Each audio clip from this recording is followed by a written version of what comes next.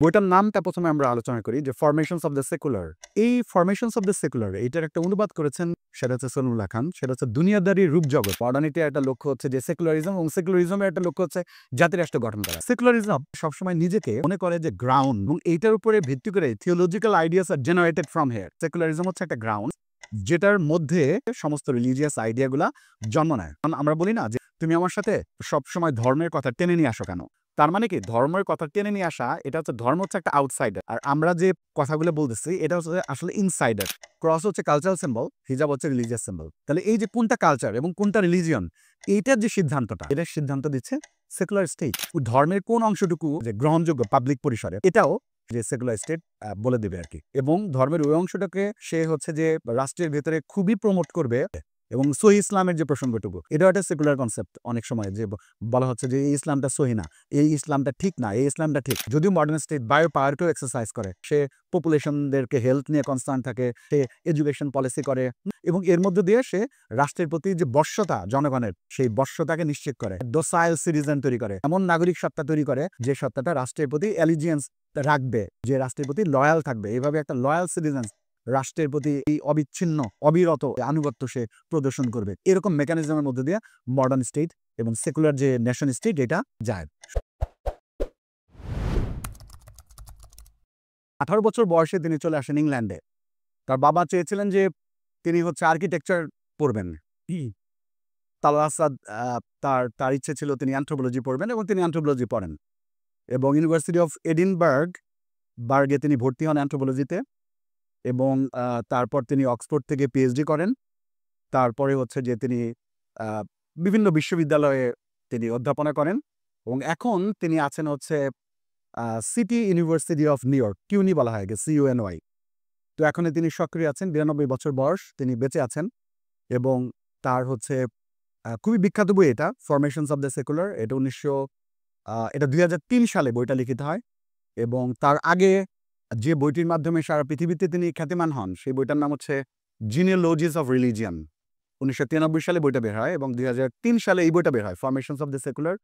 এবং এরপরে আরও কিছু বই পুস্তক তার বের হয়, এবং তার সর্বশেষ বইটা ছিল হচ্ছে যে সেকুলার ট্রান্সলেশনস। বইটার নাম সেকুলার ট্রান্সলেশন, 2018 সালে বের হয়। এবং আমি দেখলাম যে 2023 সালেও তার একটা বই বের হয়েছে, কিন্তু এটা ইংরেজিতে না, ওটা ফরাসিতে। এবং এটা হচ্ছে যে ক্রিটিক্যাল ট্রেডিশন নামে আর কি। এটা সম্ভবত তার পুরনো যে প্রবন্ধগুলো ছিল সেগুলোর হয়তোবা সেটা হচ্ছে এক ধরনের সংকলন হবে আর কি। তো তার শেষ বই হিসেবে আমরা ধরবো হচ্ছে সেকুলার ট্রান্সলেশনস বইটা। এবং তার আগের যে বইটা, বিখ্যাত বই, এটা হচ্ছে যে ফরমেশনস অফ দ্য সেকুলার। এর মাঝখানে আরও কিছু বই তার ছিল, যেমন এটা আমরা জানি যে অন সুইসাইড বম্বিং, সেটা হচ্ছে 9/11-এর যে ঘটনা, এটার ইত্যাদি ইত্যাদি তাৎপর্য ব্যাখ্যা করে। সেটা হচ্ছে অন সুইসাইড বম্বিং নামক একটা বই তিনি লেখেন, এবং এটা একটা চমৎকার অনুবাদ সলিমুল্লাহ খান করছিলেন, এবং এটার নাম হচ্ছে আদম বোমা। এই বইটার নাম আদম বোমা, এবং হচ্ছে যে তিনি কয়েকটা প্রবন্ধও এই বইটা নিয়ে লিখেছিলেন। সুতরাং তালওয়া আসাদ যে চর্চা বাংলাদেশে, এটা খুব বেশি দীর্ঘ না, এটা খুব কম মানুষই চর্চা করেছে। জাহাঙ্গীরনগর বিশ্ববিদ্যালয়ের অ্যানথ্রোপোলজি ডিপার্টমেন্টে এটা মানে চর্চা করতেন হচ্ছে যে মানস চৌধুরী, রেহনুমা আহমেদ, ওনারা। তারপরে হচ্ছে তালওয়া আসাদের সাক্ষাৎকার নিয়ে একটা মোহাম্মদ আজম একটা বই বের করেছেন, এখানে অনেকেই তার কতগুলি সাক্ষাৎকার অনুবাদ করেছেন। তারপরে হচ্ছে যে আরো ছোট ছোট কিছু প্রবন্ধ অনুদিত হয়েছে বাংলা ভাষায়। তো এটা হচ্ছে তাওলা আসাদ চর্চার একটা ব্যাপার আর কি। তো এটা তাওলা আসাদের কিছুটা পরিচয়। এবং তার যে আলোচ্য বিষয়, তিনি যেসব ক্ষেত্রে খুবই গুরুত্বপূর্ণ অবদান রাখছেন, সেটা হচ্ছে সেকুলার জিনিসটা কি, রিলিজিয়ন জিনিসটা কি, তারপরে হচ্ছে যে সিভিলাইজেশন ব্যাপারটা কি, এই যে ট্রেডিশন বলি আমরা, এটা কি, হ্যাঁ, সেকুলারের সাথে রিলিজিয়নের সম্পর্ক কি, এগুলো নিয়ে তিনি ব্যাপক আলোচনা করেছেন। এবং এই আলোচনাগুলো সেটা হচ্ছে সারা পৃথিবীর যে একাডেমিয়া, এগুলোকে খুবই প্রভাবিত করেছে। সুতরাং আমরা আজকে যে বইটা পড়তে যাচ্ছি আর কি, বা আজকে যে বইটা সম্পর্কে আমরা আলোচনা করতে যাচ্ছি, মানে ইটস আ টাইটলি একাডেমিক বই, খুবই একটা টাইটলি একাডেমিক বই। এবং এইটার যে পদ্ধতি যে আছে, এটা আলোচনার যে পদ্ধতি, এটাও বেশ, সেটা হচ্ছে যে রিগোরাসলি একাডেমিক, এবং যুক্তি তর্ক, রেফারেন্সিং, তারপরে হচ্ছে যে পুরনো যুক্তিগুলোকে খণ্ডন ইত্যাদি নানা বিষয়ে এই বইটার মধ্যে আমরা মানে হচ্ছে খেয়াল করবো আর কি। তো বইটার নামটা প্রথমে আমরা আলোচনা করি যে ফরমেশনস অফ দ্য সেকুলার। এই ফরমেশনস অফ দ্য সেকুলার এটার একটা অনুবাদ করেছেন, সেটা হচ্ছে সলিমুল্লাহ খান। সেটা হচ্ছে দুনিয়াদারি রূপজগৎ, ফরমেশনস অফ দ্য সেকুলার। সেকুলারকে তিনি বলছেন দুনিয়াদারি, ফরমেশনসকে বলতেছেন রূপজগৎ, মানে দুনিয়াদারির রূপজগৎ। অনুবাদটা ভালো এবং হঠাৎ করে আমাদেরকে একটু মানে হচ্ছে যে বিমোহিত করে দেয় অনুবাদটা। এবং আমরা যদি একটু বলতে চাই যে আসলে এখানে ফরমেশনস বলতে কি বোঝানো হচ্ছে, গড়ন, একটা গঠন, অথবা আমরা বলতে পারি যে এমন সব কনসেপ্ট এবং এমন সব ক্যাটেগরি যেটা দিয়ে আমরা কোনো কিছুকে বুঝি, ওটাকে বলা হয় ফরমেশনস। তাহলে ফরমেশনস অফ দ্য সেকুলার, বইটার নাম হচ্ছে ফরমেশনস অফ দ্য সেকুলার। তার মানে হচ্ছে সেকুলার নামক যে জিনিসটা বা বিষয়টা, এটাকে আমরা যেসব কনসেপ্ট দিয়ে বুঝি অথবা যেসব ক্যাটেগরি দিয়ে বুঝি, যেসব বর্গ, যেসব ধারণা দিয়ে বুঝি, সেই সব বর্গ এবং ধারণা নিয়ে আলোচনা হচ্ছে, সেটা হচ্ছে এই বইয়ের প্রধান বিষয়বস্তু। এবং এই বইটা একটা সাবটাইটেল হচ্ছে যে ইসলাম, প্রথমে খ্রিশ্চানিটি, ইসলাম অ্যান্ড মডার্নিটি। এটা খুব গুরুত্বপূর্ণ যে এখানে ইসলামের বিভিন্ন প্রসঙ্গ আসবে, খ্রিশ্চানিটির বিভিন্ন অভিজ্ঞতার প্রসঙ্গ এখানে আসবে, এবং আমাদের যে মডার্নিটি যেটাকে বলি আর কি, সেটা হচ্ছে, এবং এখানে কিন্তু আলোচনাটা করা হবে মডার্ন জায়গা থেকে। একটা প্রধানত একাডেমিক কাজ মানে হচ্ছে একটা মডার্ন কাজ, এবং মডার্ন পদ্ধতি এখানে অবলম্বন করা হয়। তো এই জন্য এখানে মডার্নিটি শব্দটা এখানে ব্যবহার করা হচ্ছে। তো এটা হচ্ছে নাম নিয়ে আমাদের কথা। তো নামের ব্যাপারে আমরা বুঝলাম যে ফরমেশনস অফ দ্য সেকুলার একটা বাংলা এইভাবে করা হয়েছে যে মানে দুনিয়াদারি রূপ জগৎ। ফরমেশনস বলতে বোঝানো হবে যে কিছু কনসেপ্ট এবং কিছু ক্যাটাগরি যেটা দিয়ে আমরা কোনো একটা জিনিসকে বুঝি। তাহলে ফরমেশনস অফ দ্য সেকুলার মানে হচ্ছে যে সেকুলার নামক যে ক্যাটাগরিটা, এটাকে আমরা যেসব আইডিয়া এবং যেসব কনসেপ্ট এবং যেসব ক্যাটাগরি দিয়ে বুঝি, সেই সব ক্যাটাগরির আলোচনা এই বইটার মধ্যে আমরা পাবো। এবং এই বইটাকে ৩টা ভাগে তিনি ভাগ করছেন।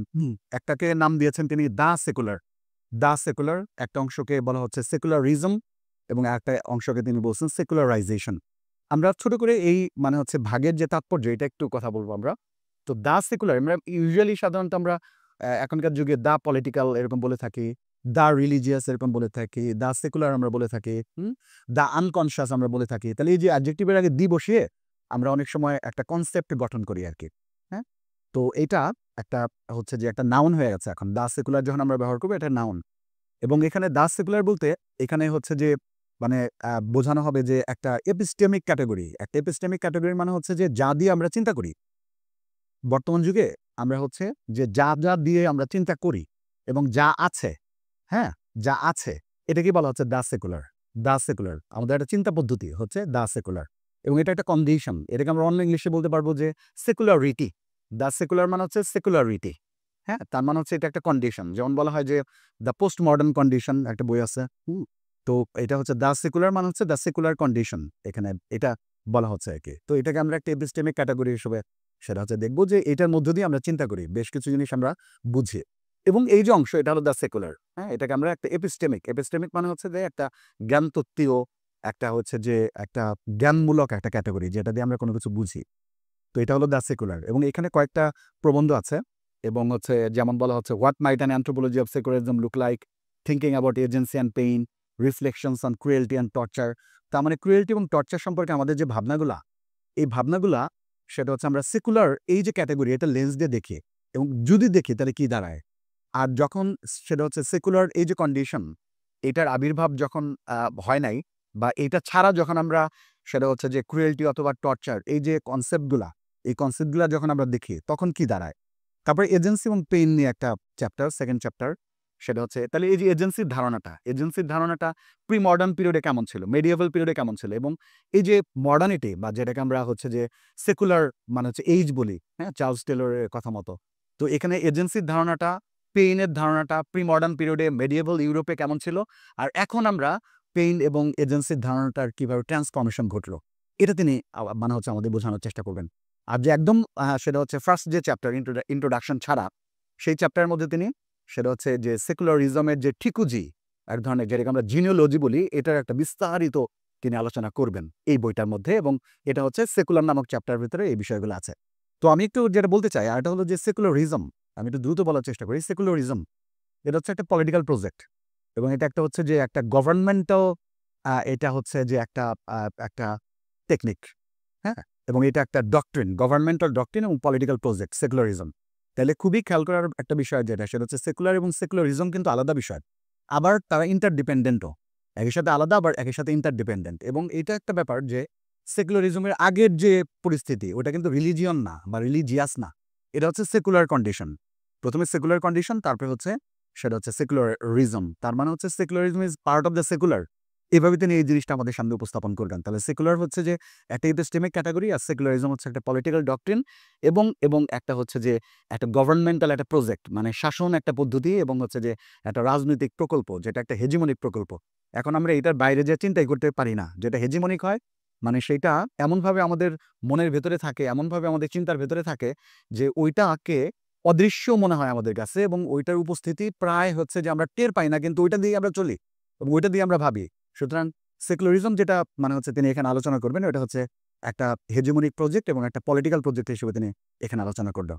আর লাস্টের যেটা চ্যাপ্টার, এটা হচ্ছে সেকুলারাইজেশন। এখানে তিনি একটা কেস স্টাডি করবেন যে এই যে সেকুলারায়ন যে প্রক্রিয়াটা, এই প্রক্রিয়াটা কিভাবে ইজিপ্টে কাজ করছে, হ্যাঁ, কিভাবে রিকনফিগারেশন অফ ল অ্যান্ড এথিক্স, আইনের ধারণা এবং এথিক্সের ধারণাগুলা কিভাবে সেকুলারাইজেশনের ফলে সেটা হচ্ছে ইজিপ্ট নামক রাষ্ট্রে চেঞ্জ হয়েছে, এইটার আলোচনা তিনি শেষে করবেন। এবং এখানে যে 3টা চ্যাপ্টার, এই 3টা চ্যাপ্টারের মধ্যে প্রত্যেকটা চ্যাপ্টারে প্রায় সেটা হচ্ছে যে লাইনটা বা যে শব্দটা বারবার আসবে সেটা নাম হচ্ছে নেশন স্টেট, জাতিরাষ্ট্র। জাতিরাষ্ট্র খুব গুরুত্বপূর্ণ, যে সেকুলারিজমের সেটা হচ্ছে যে একটা লক্ষ্য হচ্ছে সেটা হচ্ছে জাতিরাষ্ট্র গঠন করা, অথবা আমরা এই যে মডার্নিটি যেটাকে বলি, মডার্নিটির একটা লক্ষ্য হচ্ছে যে সেকুলারিজম, এবং সেকুলারিজমের একটা লক্ষ্য হচ্ছে জাতিরাষ্ট্র গঠন করা। সেকুলারিজম মানে হচ্ছে যে একটা এই যে স্টেট বিল্ডিং প্রজেক্ট, একটা রাষ্ট্র বিনির্মাণ একটা প্রকল্প হচ্ছে সেকুলারিজম। তো এই বিষয়গুলো নিয়ে এখানে তিনি আলোচনা করতেন। এটা হচ্ছে প্রাথমিক কিছু কথা এই বইটা সম্পর্কে। আর তাল্লাসাদের পদ্ধতি নিয়ে আমাদের জানা থাকতে একটু যদি আমরা জানতে পারি এটা ভালো হয়, যে এই পুরো বইটার মধ্যে তাল্লাহ সাদ কোন পদ্ধতিতে আলোচনা করছেন।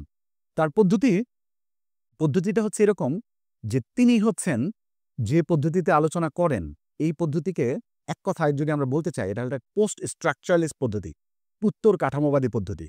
এখন এই পদ্ধতি নিয়ে সামান্য মানে কিছু কথা বলবো, তার আগে আরো কিছু শব্দ আমরা একটু বলবো। এবং তিনি যখন কোনো কিছু ব্যাখ্যা করবেন, এই ব্যাখ্যার পদ্ধতি হবে জিনিওলজিক্যাল পদ্ধতি। এবং তিনি যখন কোনো একটা কনসেপ্ট আলোচনা করবেন, এই কনসেপ্টের পদ্ধতি হবে নন এসেনশিয়ালিস্ট। তাহলে কয়েকটা শব্দ আমরা বললাম, একটাকে বলা হলো যে পোস্ট স্ট্রাকচারালিস্ট পদ্ধতি, এবং এই পোস্ট স্ট্রাকচারালিজমের মধ্যেই বাকি শব্দগুলো পড়ে। যেমন আমি বললাম নন এসেনশিয়ালিস্ট পদ্ধতি, এটা তিনি ব্যবহার করবেন, এবং তিনি জিনিওলজিক্যাল যে পদ্ধতি এটা ব্যবহার করবেন। তিনি এই বইয়ের মধ্যে কোনো সেকুলারিজম অথবা সেকুলারের কোনো হিস্ট্রি আলোচনা করবেন না, সোশিওলজিক্যাল হিস্ট্রি অফ সেকুলার এটা না এখানকার আলোচ্য বিষয়, অথবা তিনি কোনো একটা আইডিয়ার হিস্ট্রি এখানে আলোচনা করবেন না। বরঞ্চ তিনি সেকুলার বা সেকুলারিজমের পেছনে যে অ্যাসাম্পশনগুলো থাকে, এপিস্টেমোলজিক্যাল অ্যাসাম্পশন, সেগুলো তিনি এই বইয়ের মধ্যে আলোচনা করবেন আর কি। তো এখন পোস্ট স্ট্রাকচারালিজমের যে পদ্ধতি, এই পদ্ধতিটা হচ্ছে যে এই পদ্ধতিতে সাধারণত বাইনারিকে অস্বীকার করে এবং বাইনারিকে ভেঙে দেয়। এখানে প্রায় প্রত্যেকটা চ্যাপ্টারে আমরা দেখতে পাবো যে এই পদ্ধতি তিনি অবলম্বন করেছেন। তিনি কিন্তু কখনোই রিলিজিয়নের বিপরীত হিসেবে সেটা হচ্ছে সেকুলারিজমকে উপস্থাপন করবেন না, এবং তিনি কখনো বলবেন না যে মিথের বিপরীত হচ্ছে সে হচ্ছে হিস্ট্রি, অথবা তিনি কখনো বলবেন না যে রিজনের বিপরীত হচ্ছে ইমাজিনেশন। তিনি কখনো বলবেন না যে যা কিছু পবিত্র স্যাক্রিড এটার বিপরীত হচ্ছে যে যা কিছু মামুলি প্রফেন। এভাবে তিনি সেটা হচ্ছে কোনো একটা জিনিসকে বাইনারি সেটিংয়ের মধ্যে তিনি দেখবেন না, বরঞ্চ এই বাইনারিটাকে ভেঙে দিবেন তিনি, এবং ভেঙে দিয়ে তিনি একটার মধ্যে আরেকটা আছে, আরেকটার মধ্যে আরেকটা আছে, এবং দুইটা সেটা হচ্ছে দুইটার কিছু অভিন্ন জায়গা আছে, এরকম করে তিনি আলোচনাগুলো করবেন আর কি। এবং তিনি কিন্তু কোনো ভ্যালু জাজমেন্ট দেন না তার আলোচনার ভেতরে যে এটা ভালো এটা খারাপ। তিনি কখনো বলবেন না যে রিজন ভালো নাকি ইমাজিনেশন ভালো, তিনি কখনো বলবেন না হিস্ট্রি ভালো নাকি ফিকশন ভালো, এইভাবে বলবেন না। বরঞ্চ তিনি এক্সপ্লোরেশন করবেন আইডিয়াকে, কোন একটা আইডিয়ার এক্সপ্লোরেশন তিনি ঘটাবেন। আর তিনি যখন চিন্তা করেন, তার চিন্তার একটা পদ্ধতি হচ্ছে তিনি ক্যাটেগরি করে চিন্তা করেন, তিনি কনসেপচুয়ালাইজ করেন ক্যাটেগরি। যেমন তার কাছে রিলিজিয়ন একটা ক্যাটেগরি, তার কাছে এক্সপিরিয়েন্স একটা ক্যাটেগরি, তার কাছে এক্সপেরিমেন্ট একটা ক্যাটেগরি, মিথ একটা ক্যাটেগরি, তারপর হচ্ছে পোয়েটিক সেন্সিবিলিটি, কাব্যিক যে অনুভব বা কাব্যিক যে সংবেদন, এটা একটা ক্যাটেগরি, হ্যাঁ, হিউম্যান একটা ক্যাটেগরি, রাইটস একটা ক্যাটেগরি, ফ্যামিলি একটা ক্যাটেগরি তার কাছে, এবং হচ্ছে নেশন স্টেট এটা একটা ক্যাটেগরি, ন্যাশনালিজম একটা ক্যাটেগরি, ইসলামিজম একটা ক্যাটেগরি। হ্যাঁ, তাহলে তিনি যখন কোনো চিন্তা করবেন বা তিনি যখন কথা বলবেন, তখন কিন্তু এই ক্যাটেগরির এক ধরনের এক্সপ্লোরেশন, এবং এই ক্যাটেগরির সাথে আরেকটা ক্যাটেগরির সম্পর্ক, যে সম্পর্ক সবসময় বৈপরীত্যমূলক না, আবার যে সম্পর্ক সবসময় লিনিয়ারও না, যে সম্পর্কগুলোর ভেতরে মাল্টি লেয়ার্ড একটা ব্যাপার থাকে, সেই ব্যাপারগুলোকে তিনি সাধারণত তুলে নিয়ে আসবেন। আর নন এসেনশিয়ালিস্ট পদ্ধতি, হ্যাঁ, ওটাকে আমরা বললাম পোস্ট স্ট্রাকচারালিস্ট পদ্ধতি, যে বাইনারিকে তিনি ভেঙে দেন, সাধারণত নন বাইনারি ওয়েতে তিনি দেখেন, প্রধানত তিনি দেখেন। আবার আরেকটা পদ্ধতি হচ্ছে যে তিনি এখানে যে আলোচনা করবেন এটাকে জিনিওলজিক্যাল মেথড, তিনি সরাসরি তিনি বলবেন ওই চ্যাপ্টারটাতে, চ্যাপ্টার 1-এই তিনি বলবেন সেটা হচ্ছে যে আমার যে ইন্টারেস্ট সেটা হচ্ছে জিনিওলজিক্যাল পদ্ধতিতে ইন্টারেস্ট। তাহলে জিনিওলজি কি? জিনিওলজি মানে কোনো হিস্ট্রি না সরাসরি। জিনিওলজি মানে হচ্ছে যে এক ধরনের হচ্ছে যে কোনো একটা কনসেপ্ট কিভাবে মানে হচ্ছে ডেভেলপ করলো, কোনো একটা কনসেপ্ট কিভাবে ডেভেলপ করলো, এবং কোনো একটা কনসেপ্টের সাথে বর্তমানের সম্পর্ক কি, এবং কোনো একটা কনসেপ্টের মধ্যে হিডেন অ্যাজাম্পশন কি আছে, হ্যাঁ, তারপর হচ্ছে যে বর্তমানে ওই কনসেপ্টটার অর্থ কি দাঁড়াচ্ছে, অতীতে বিভিন্ন সময় কি কি ছিল কনসেপ্টটা, তাই তো? তাহলে মানে হচ্ছে নন লিনিয়ার উপায়ে সেটা হচ্ছে কোনো কনসেপ্টটাকে আলোচনা করা, এটাকেই বলা হবে জিনিওলজিক্যাল পদ্ধতি।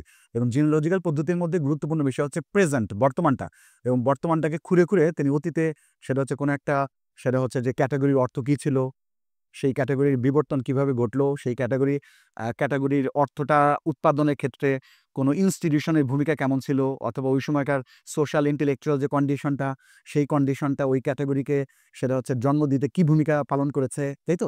এই সমস্ত বিষয়গুলোকে সেটা হচ্ছে তিনি সামনে তুলে নিয়ে আসেন। তো এটাকে বলা হবে জিনিওলজিক্যাল পদ্ধতি। এই পদ্ধতি প্রথম মানে হচ্ছে এই পদ্ধতি নিয়ে আলোচনা করানো হচ্ছে ফ্রেডরিক নিচে যেটাকে বলি বা নিশ্চে বলি আমরা। তো আরেকজন পরবর্তীতে আলোচনা করছেন হচ্ছে যে মিশেল ফুকো, এই পদ্ধতিতে আলোচনা তার, হ্যাঁ? আচ্ছা, এটা হলো জিনিওলজিক্যাল পদ্ধতি। এটা যে কেউ একটু যদি খোঁজ করে তাহলে জিনিওলজিক্যাল পদ্ধতি বলতে কি বোঝায় এটা আমরা খুব সহজেই বুঝে নিতে পারবো। আরেকটা পদ্ধতি যেটাকে আমরা বলছি যে নন এসেনশিয়ালিস্ট পদ্ধতি। নন এসেনশিয়ালিস্ট, এসেনশিয়াল, এসেন্স, ইংলিশে এসেন্স যেটাকে বলা হয় সেটা হচ্ছে নির্যাস বা সার আমরা বলি আর কি, সার, হ্যাঁ? তো এটা থেকে আসছে এসেনশিয়াল, এটা থেকে আসছে এসেনশিয়ালি, হ্যাঁ? তো এখান থেকে আসছে যে নন এসেনশিয়ালিজম, তার মানে হচ্ছে নির্যাসবাদী হবেন না তিনি। সেটা হচ্ছে যে একজন মানুষ একটা মানে হচ্ছে যে কোনো একক কোনো একটা বৈশিষ্ট্য দিয়ে তিনি সামগ্রিক জনগোষ্ঠীর কোনো বৈশিষ্ট্য নির্ধারণ করবেন না, তিনি জেনারেলাইজেশন করবেন না, তিনি স্টেরিওটাইপিং করবেন না, হ্যাঁ? যে কালো মানুষরা এমন হয়, নোয়াখালীর মানুষগুলো এমন হয়, হ্যাঁ, যে তারা না খেয়ে সেটা খাওয়ার পরপরই চলে যায়, তাই তো? এই যে বৈশিষ্ট্য, এই বৈশিষ্ট্য তিনি নোয়াখালীর সব মানুষের উপর আরোপ করবেন না, তাই তো? যে মুসলমানরা এরকম হয়, হ্যাঁ, মুসলমানরা মানেই সন্ত্রাসী, তার মানে এটা স্টেরিওটাইপিং করলাম আমরা, হ্যাঁ? তাহলে এই যে পদ্ধতি, এটাকে বলা হবে এসেনশিয়ালিস্ট পদ্ধতি। আর তিনি এই এসেনশিয়ালিস্ট পদ্ধতি পছন্দ করেন না, তিনি এই পদ্ধতিতে কাজ করেন না। তিনি যে পদ্ধতিতে কাজ করবেন ওটার নাম হচ্ছে নন এসেনশিয়ালিস্ট পদ্ধতি। মানে হচ্ছে যে কাউকে কোনো একক বৈশিষ্ট্যে চিহ্নিত করে সবাইকে সেই বৈশিষ্ট্যের মধ্যে সেটা হচ্ছে যে রেখে তারপর আলোচনা করা। এই পদ্ধতি তিনি আলোচনা করবেন না, তাই তো? তাহলে এগুলো হচ্ছে তার সেটা হচ্ছে আলোচনার পদ্ধতিগত কিছু বিষয়। এবং আরেকটা বিষয়, তিনি পাওয়ারফুল প্রশ্ন করবেন, হ্যাঁ? এখানে আমরা প্রত্যেক জায়গায় প্রত্যেক এসের মধ্যে আমরা প্রশ্ন দেখতে পাবো। যখন তিনি হিউম্যান রাইটস নিয়ে কথা বলবেন, তিনি একদম প্রথমেই প্রশ্ন করবে হিউম্যান রাইটস, কোন হিউম্যানের রাইটস নিয়ে কথা বলতেছে, হুইচ হিউম্যান, হ্যাঁ? The human in the human rights তিনি কথা বলবেন, human in the human rights. Human rights এর মধ্যে হিউম্যান বলতে কোন হিউম্যানকে বোঝানো হচ্ছে, তাই তো? তাহলে এইভাবে একটা প্রশ্ন তিনি কিন্তু ছুড়ে দিবেন আর কি, হ্যাঁ? তাহলে তার একটা বড় কাজ হচ্ছে যে তিনি প্রশ্ন করেন, হ্যাঁ, প্রশ্ন করে তারপরে সেই উত্তর সন্ধান করেন। তবে আরেকটা বিষয় তার পদ্ধতির দিক থেকে মনে রাখতে হবে যে প্রশ্নের উত্তর খোঁজা তার জন্য জরুরি না, বরঞ্চ প্রশ্ন করা নিজেই একটা কাজ। প্রশ্ন করা নিজে একটা কাজ। প্রশ্ন করা কোনো একটা আইডিয়ার ভেতরে যদি কোনো ফাটল থাকে বা সমস্যা থাকে, সেই সমস্যাটা দেখিয়ে দেওয়ার কাজ। তিনি কোনো ডাক্তারি ভূমিকা অবলম্বন মানে হচ্ছে যে তিনি ভূমিকা নেবেন না, বরঞ্চ তিনি ডায়াগনস্টিক সেন্টারে একটা ভূমিকা নেবেন, হ্যাঁ? তিনি কোনো নিদান অনেক সময় দিবেন না, বরঞ্চ তিনি একটা সেটা হচ্ছে যে এক্সপ্লোর করবেন, হ্যাঁ? কোনো একটা আইডিয়ার ভেতরে যদি কোনো খুঁত থাকে, ওটার ভেতরে যদি কোনো খামতি থাকে, ওই আইডিয়াটা যদি কোনো কিছু চাপায় রাখে, অথবা ওই আইডিয়াটা যদি কোনো কিছু লুকায়, তাহলে সেই সব প্রসঙ্গগুলো তিনি আমাদের সামনে তুলে ধরবেন। কোনো আইডিয়ার ভেতরে যদি সেটা হচ্ছে যে ডেফিনেশনাল কোনো প্রবলেম থাকে, সংজ্ঞাগত কোনো প্রবলেম থাকে, অথবা সংজ্ঞাগত অপর কোনো সম্ভাবনা থাকে, অথবা যে আলোচনা অন্য লেন্সে করা যায় এই লেন্সে না করে, তো এই প্রসঙ্গগুলোকে তিনি সবসময় সামনে রাখবেন। সুতরাং তার আরেকটা পদ্ধতি হচ্ছে যে পাওয়ারফুল কোয়েশ্চেন করা, হ্যাঁ? তো এই পদ্ধতিতে তিনি তার আলোচনাগুলো আগাবেন। তো এখন সেটা হচ্ছে এটা হলো দ্বিতীয় যেটা গেল আমাদের, সেটা হচ্ছে পদ্ধতিগত তার প্রশ্ন। এখন আমরা সেটা হচ্ছে বোঝার চেষ্টা করব যে তিনি সেকুলারিজম এইসব বলতে আসলে কি বোঝাতে চাচ্ছেন আরকি। তো প্রথমেই যেটা বলব, তবে এই বইয়ের মাঝে, মাঝে তিনি সেকুলার এবং সেকুলারিজম এই ২ টাকে এক অর্থেও ব্যবহার করছেন।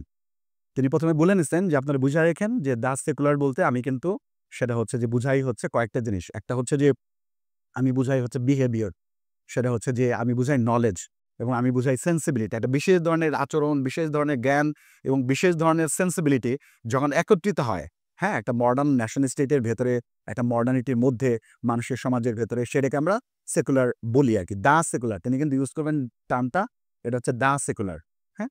তো এখন এই যে দা সেকুলার, এবং আরেকটা কথা যেটা সেটা হচ্ছে দা সেকুলার এবং সেকুলারিজম প্রায়শই তিনি মানে হচ্ছে যে অনেক সময় দা সেকুলার নিয়ে তিনি যখন কথা বলবেন তখন তিনি আবার সেকুলারিজম নিয়েও কথা বলবেন, হ্যাঁ? এমন তিনি করবেন না কখনো যে একটা ক্যাটেগরি নিয়ে আলোচনা করতে যেয়ে তিনি ওই কটা ক্যাটেগরির মধ্যেই বন্দী থাকবেন, তা না। তিনি বরঞ্চ আরো মানে হচ্ছে সংশ্লিষ্ট যে ক্যাটেগরি, ডিরাইভেটিভ যে ক্যাটেগরিগুলো আছে, সেকুলার থেকে সেকুলারিজম, সেকুলারিজম থেকে সেকুলারাইজেশন, এই শব্দগুলো তিনি মিক্সড করে মিশ্রিত অবস্থায় তিনি বিভিন্ন সময় ব্যবহার করবেন আরকি। তো এখন তিনি বলবেন যে এই যে সেটা হচ্ছে যে সেকুলারিজম যেটা, সেকুলারিজম আমাদের ভাবাভাবির যে জগৎ বা সেকুলারের যে আইডিয়াটা, আমাদের যে ভাবাভাবির যে জগৎ, এটাকে ব্যাপকভাবে পরিবর্তন করে ফেলছে এবং যেটা আগে ছিল না। বিশেষত ৩ টা ক্ষেত্রে এই পরিবর্তনটা একদম খুবই লক্ষ্যযোগ্য। একটা হচ্ছে রিলিজিয়নের ধারণার ক্ষেত্রে, একটা হচ্ছে এথিক্সের ধারণার ক্ষেত্রে এবং আরেকটা হচ্ছে পলিটিক্সের ধারণার ক্ষেত্রে। এই ৩ টা ক্ষেত্রে সেটা হচ্ছে এমন কিছু মানে হচ্ছে যে কনসেপশন, এমন কিছু আইডিয়া সেকুলারিজম জন্ম দিছে, যেটা আগে সরাসরি ছিল না। হ্যাঁ? তো এইভাবে তিনি বলবেন এবং সেটা হচ্ছে যে তিনি বলবেন, তাল্লাসাদ বলবেন যে রিলিজিয়ন নামক যে ক্যাটেগরিটা, এটা আসলে সেকুলারিজমের আবিষ্কার। Invention of secularism. কখন রিলিজিয়ন?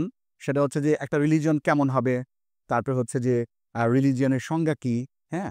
অথবা ধরা যাক মানে হচ্ছে কোনটা রিলিজিয়ন এবং কোনটা রিলিজিয়ন না, কোনটা রিলিজিয়ন, কোনটা কালচার। এই যে সংজ্ঞাগত কাজ, এই কাজটা সাধারণত সেকুলারিজম করে থাকে। ওই যে আমরা অনেক সময় শুনে থাকি না যে সেকুলারিজম হচ্ছে যে একটা সেপারেশন ঘটায় রাষ্ট্রের সাথে ধর্মের। তাহলে পলিটিক্সের সাথে সেটা হচ্ছে রিলিজিয়নের যে সেপারেশন ঘটায়। তাহলে এই যে সেপারেশন আসলে তাল্লাসাদ বলবেন যে সেপারেশনের চেয়ে সেকুলারিজম যেটা করে সেটা হচ্ছে প্রোডাকশন। একটা বিশেষ জিনিসকে সে উৎপাদন করে, যেটা আগে ছিল না।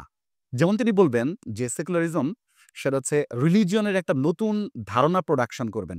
নতুন একটা ধারণা প্রডিউস করবেন এবং তিনি বলবেন যে এই যে সেকুলারিজম অনেকগুলো বাইনারির মাধ্যমে কাজ করে এবং সেকুলারিজম অনেকগুলো বাইনারি প্রডিউস করে। অনেকগুলো বাইনারি সেটা হচ্ছে জন্ম দেয়। অনেকগুলো বাইনারি জন্ম দিবে সেটা হচ্ছে সেকুলারিজম। যে বাইনারিগুলা সেটা হচ্ছে যে আগে ওইভাবে ছিল না। যে বাইনারিগুলো আগে ছিল না। যেমন একটা বাইনারি হচ্ছে ল এবং হচ্ছে এথিক্স বা ল এবং মরালিটি। এই বাইনারি একটা মডার্ন ফেনোমেনন। আগে কখনোই ল এবং মরালিটি আলাদা ছিল না। যেমন প্রি মডার্ন পিরিয়ডে মেডিয়েভাল ইসলাম এবং মেডিয়েভাল যে খ্রিস্টান, হ্যাঁ? মেডিয়েভাল ইসলাম না মানে ইসলামের সময় ও মেডিয়েভাল খ্রিস্টানিটিতে ল এবং মরালিটি এটা আলাদা ছিল না। এবং ল যা মরালিটিও সেটা হচ্ছে তাই ছিল। এবং আমাদের যে ফিকহ শাস্ত্রের মধ্যে কিন্তু দেখা যায় যে নামাজের যে আলোচনা ওইটা একটা লর আলোচনা। হ্যাঁ? এবং একই সাথে এটা মরালিটিরও আলোচনা। হ্যাঁ? সম্পত্তির আলোচনা শুধু লর আলোচনা না। এটা মরালিটির আলোচনা এবং সেটা হচ্ছে যে ওই দেখা যায় পবিত্রতা সংক্রান্ত আলোচনাও সেটা হচ্ছে এটা একটা ফিকহ শাস্ত্রীয় আলোচনার মধ্যে পড়তেছে। মানে ল এবং মরালিটি এটা আলাদা কোনো ব্যাপার। সেটা হচ্ছে যে আমরা প্রি মডার্ন পিরিয়ডে দেখি নাই। কিন্তু সেকুলারিজম এই যে একটা সেটা হচ্ছে বাইনারি প্রোডাকশন, এই প্রোডাকশনটা করবে। ল এবং মরালিটির মধ্যে সে পার্থক্য করবে। সে বলবে ল হচ্ছে স্টেটের ব্যাপার এবং মরালিটি হচ্ছে আসলে পার্সোনাল ব্যাপার। হ্যাঁ? ব্যক্তিগত ব্যাপার। হ্যাঁ? অথবা একটা গোষ্ঠীর ব্যাপার। প্রধানত ব্যক্তিগত। প্রাইভেট মরালিটি আর স্টেট ল এভাবে একটা ডেফিনিশন এবং এভাবে একটা সেটা হচ্ছে পার্থক্য করবেন। তারপরে সেটা হচ্ছে যে তিনি বলবেন হচ্ছে যে একটা হচ্ছে মিথ এবং একটা হলো হিস্ট্রি। একটা মিথ অথবা একটা ফিকশন এভাবে তিনি বলবেন। মিথ একটা, ইমাজিনেশন মিথ একটা, রিজন একটা। ইমাজিনেশন একটা, তারপরে হচ্ছে যে কি বলা হয়েছে রিজন একটা। এভাবে ভাগ করে। একটা জিনিস হলো সুপারন্যাচারাল, আরেকটা হচ্ছে যে ন্যাচারাল। একটা হচ্ছে সোসাইটি, আরেকটা হচ্ছে নেচার। একটা হচ্ছে নেচার, আরেকটা হচ্ছে কালচার। এই যে ভাগগুলা, এই যে বাইনারি প্রোডাকশন, এই প্রোডাকশনটা হচ্ছে সেটা হচ্ছে সেকুলারিজমের একটা গুরুত্বপূর্ণ সেটা হচ্ছে কাজ। এভাবে সে ভেঙে সেটা হচ্ছে কথাবার্তা সে বলবে। কিন্তু এই যে রিলিজিয়ন এবং সেকুলারিজম এই যে আমরা বলতেছি না যে ধর্ম এবং সেকুলারিজম এই যে আলাপটা এটাও একটা সেকুলার ঘটনা। আমরা যখন রিলিজিয়ন শব্দটা বলবো এবং সেকুলার শব্দটা বলবো, এই যে পার্থক্যকরণের যে ঘটনাটা এটাও একটা সেটা হচ্ছে সেকুলারিজমের একটা ঘটনা হবে আরকি। হ্যাঁ? কারণ হচ্ছে যে আমরা যেমন মানে ইসলামে বলে থাকি দিন আর দুনিয়া ব্যাপারটা যখন আলাদা, এই যে আমরা আলাদা করে বলতেছি, এটা একটা সেকুলার সেটা হচ্ছে টেনডেন্সি। তাহলে সেকুলারিজম এই ভাগগুলো করে আলোচনা করে এবং সেকুলারিজমের যে লক্ষ্যটা এটা একটা অন্যতম লক্ষ্য হচ্ছে নেশন স্টেট। নেশন স্টেট এবং নেশন স্টেট হচ্ছে মানে যে আকীদাটাকে ব্যবহার করে আরকি রাষ্ট্র পরিচালনা করবার ক্ষেত্রে, এটা হচ্ছে সেকুলারিজম। এবং নেশন স্টেটের কাজও একটা এটাই। যে নেশন স্টেট সবসময় ক্যাটেগরি করে। যে একটাকে সে ফ্যামিলি বলবে, একটাকে সে রিলিজিয়ন বলবে, একটাকে সে সেকুলারিজম বলবে এবং এরিয়া ভাগ করে ফেলবে এবং একটাকে সে এডুকেশন সেক্টর বলবে, একটাকে সে হেলথ সেক্টর বলবে, একটাকে সে সেটা হচ্ছে যে ওয়ার সেক্টর বলবে। এভাবে সে বিভিন্ন রকম জোন এবং ক্যাটেগরিতে নানা কিছুকে ভাগ করে, যাতে তার এই রেগুলেট করতে সুবিধা হয়।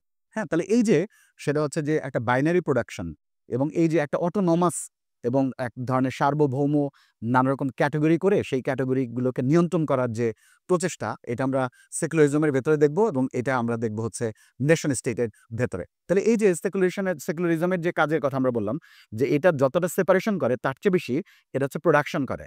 বাইনারি কতগুলা প্রোডাকশন সেটা হচ্ছে করে থাকে এবং আমি একটু লিখে রাখছিলাম যে কি বাইনারি এখানে তারা প্রোডাকশন করেছে। সেটা যদি একটু মানে হচ্ছে যে বলি তাহলে সেটা হচ্ছে যে একদম আমরা যদি মনে রাখার জন্য এটা আমাদের সুবিধা হতে পারে যে কতগুলো বাইনারি সে করে। বিশ্বাস বনাম যুক্তি। বিলিফ এবং সেটা হচ্ছে রিজন, ধর্ম এবং বিজ্ঞান, এই যে পার্থক্য, এটা সেটা হচ্ছে সেকুলারিজম করবে। রিলিজিয়ন অ্যান্ড সায়েন্স এই পার্থক্য করবে। তারপর মিথ এবং লগস, এটা সে পার্থক্য করবে। ন্যাচারাল সুপার ন্যাচারাল পার্থক্য করবে। পাবলিক প্রাইভেট পার্থক্য, প্রাইভেট রিলিজন প্রাইভেট ব্যাপার, আর হচ্ছে পলিটিক্স হচ্ছে পাবলিক ব্যাপার। হ্যাঁ, তাহলে এইভাবে ভাগটা কিন্তু সেকুলারিজম করবে। এই যে পাবলিক প্রাইভেট যে ভাগটা, এটা সেকুলারিজমের একটা গুরুত্বপূর্ণ ভাগ। এবং সেটা হচ্ছে ধর্মকে সেটা হচ্ছে প্রাইভেট সেক্টরে, সেটা হচ্ছে বা প্রাইভেট যে পরিমণ্ডল স্ফিয়ার বলা হয় এটাকে, বা স্পেস বলা হয়, হ্যাঁ, প্রাইভেট স্পেসে ঠেলে দেওয়া, এটা সেকুলারিজমের একটা গুরুত্বপূর্ণ সেটা হচ্ছে যে মানে হচ্ছে যে একটা ফাংশন, যে সে ধর্মকে প্রাইভেট স্ফিয়ারে সে ঠেলে দিবে এবং পলিটিক্সকে সে কিন্তু সেটা হচ্ছে কি বলা হয় যে পাবলিক যে স্ফিয়ার সেখানে সে নিয়ে আসবে আর কি। কিন্তু আমরা দেখবো যে পলিটিক্সে কিন্তু প্রাইভেট স্ফিয়ারে সেটা হচ্ছে যায় চলে। আল্লাহ সাহেব কিন্তু আবার প্রশ্ন করবেন, তিনি কিন্তু প্রচুর কোশ্চেন করেন। তিনি বলতেছেন যে আচ্ছা ভাই সাহেব, সেটা হচ্ছে যে আপনার বললেন ঠিক আছে রিলিজিয়নকে আমরা প্রাইভেট স্ফিয়ারে রাখবো আর পলিটিক্সকে সেটা হচ্ছে যে পাবলিক স্ফিয়ারে রাখবো, কিন্তু পলিটিক্স যখন প্রাইভেট স্ফিয়ারে হস্তক্ষেপ করে, আমাদের ইন্টিমেট ফ্যামিলিয়াল যে রিলেশনশিপ, সেখানে যখন পলিটিক্স যখন হাত দেয়, সেখানে যখন রাষ্ট্র হাত দেয়, সেটা কি প্রশ্নবোধক হবে না? তাই তো? তিনি কিন্তু উত্তর দিবেন না, তিনি প্রশ্ন করবেন। তারপর আবার তিনি পাল্টা প্রশ্ন করবেন, আচ্ছা তাহলে পলিটিক্স একটা পাবলিক স্ফিয়ারের বিষয় হয়ে সে যদি প্রাইভেট স্ফিয়ারে হস্তক্ষেপ করতে পারে, তাহলে রিলিজিয়ন প্রাইভেট স্ফিয়ারের বিষয় হয়ে সে কেন পাবলিক স্ফিয়ারে হস্তক্ষেপ করতে পারবে না বা পাবলিক স্ফিয়ারে ঢুকতে পারবে না? তাই তো? তাহলে এইভাবে হচ্ছে তার আলোচনার একটা পদ্ধতি। তিনি দেখাচ্ছেন যে সেকুলারিজম কিন্তু এই যে ক্যাটেগরি, এই ক্যাটেগরিটা করবেন যে একদিকে থাকবে হচ্ছে প্রাইভেট স্ফিয়ার, আরেকদিকে থাকবে হচ্ছে পাবলিক স্ফিয়ার।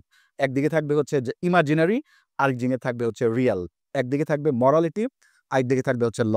একদিকে থাকবে মিথ এবং আরেকদিকে থাকবে হিস্ট্রি। হ্যাঁ, একদিকে থাকবে স্যাক্রিড, আরেকদিকে থাকবে হচ্ছে প্রোফ্যান। হ্যাঁ, তো এইভাবে অনেকগুলো ক্যাটাগরি তিনি আলোচনা করছেন এবং তিনি কথা দিতেছেন যে সেটা হচ্ছে যে এই যে সেকুলারিজম যে এই যে বাইনারিগুলো তৈরি করে, আমি এই বইয়ের মধ্যে কিছু বাইনারি নিয়ে আলোচনা করব। আসলে যদি আমরা চাই এই পুরো বইটাকে এই বাইনারি আলোচনার মধ্যেই রাখতে পারি এবং তাল্লা সাবকে রিপ্রেজেন্ট করবার জন্য এটা একটা ভালো কাজ হতে পারে।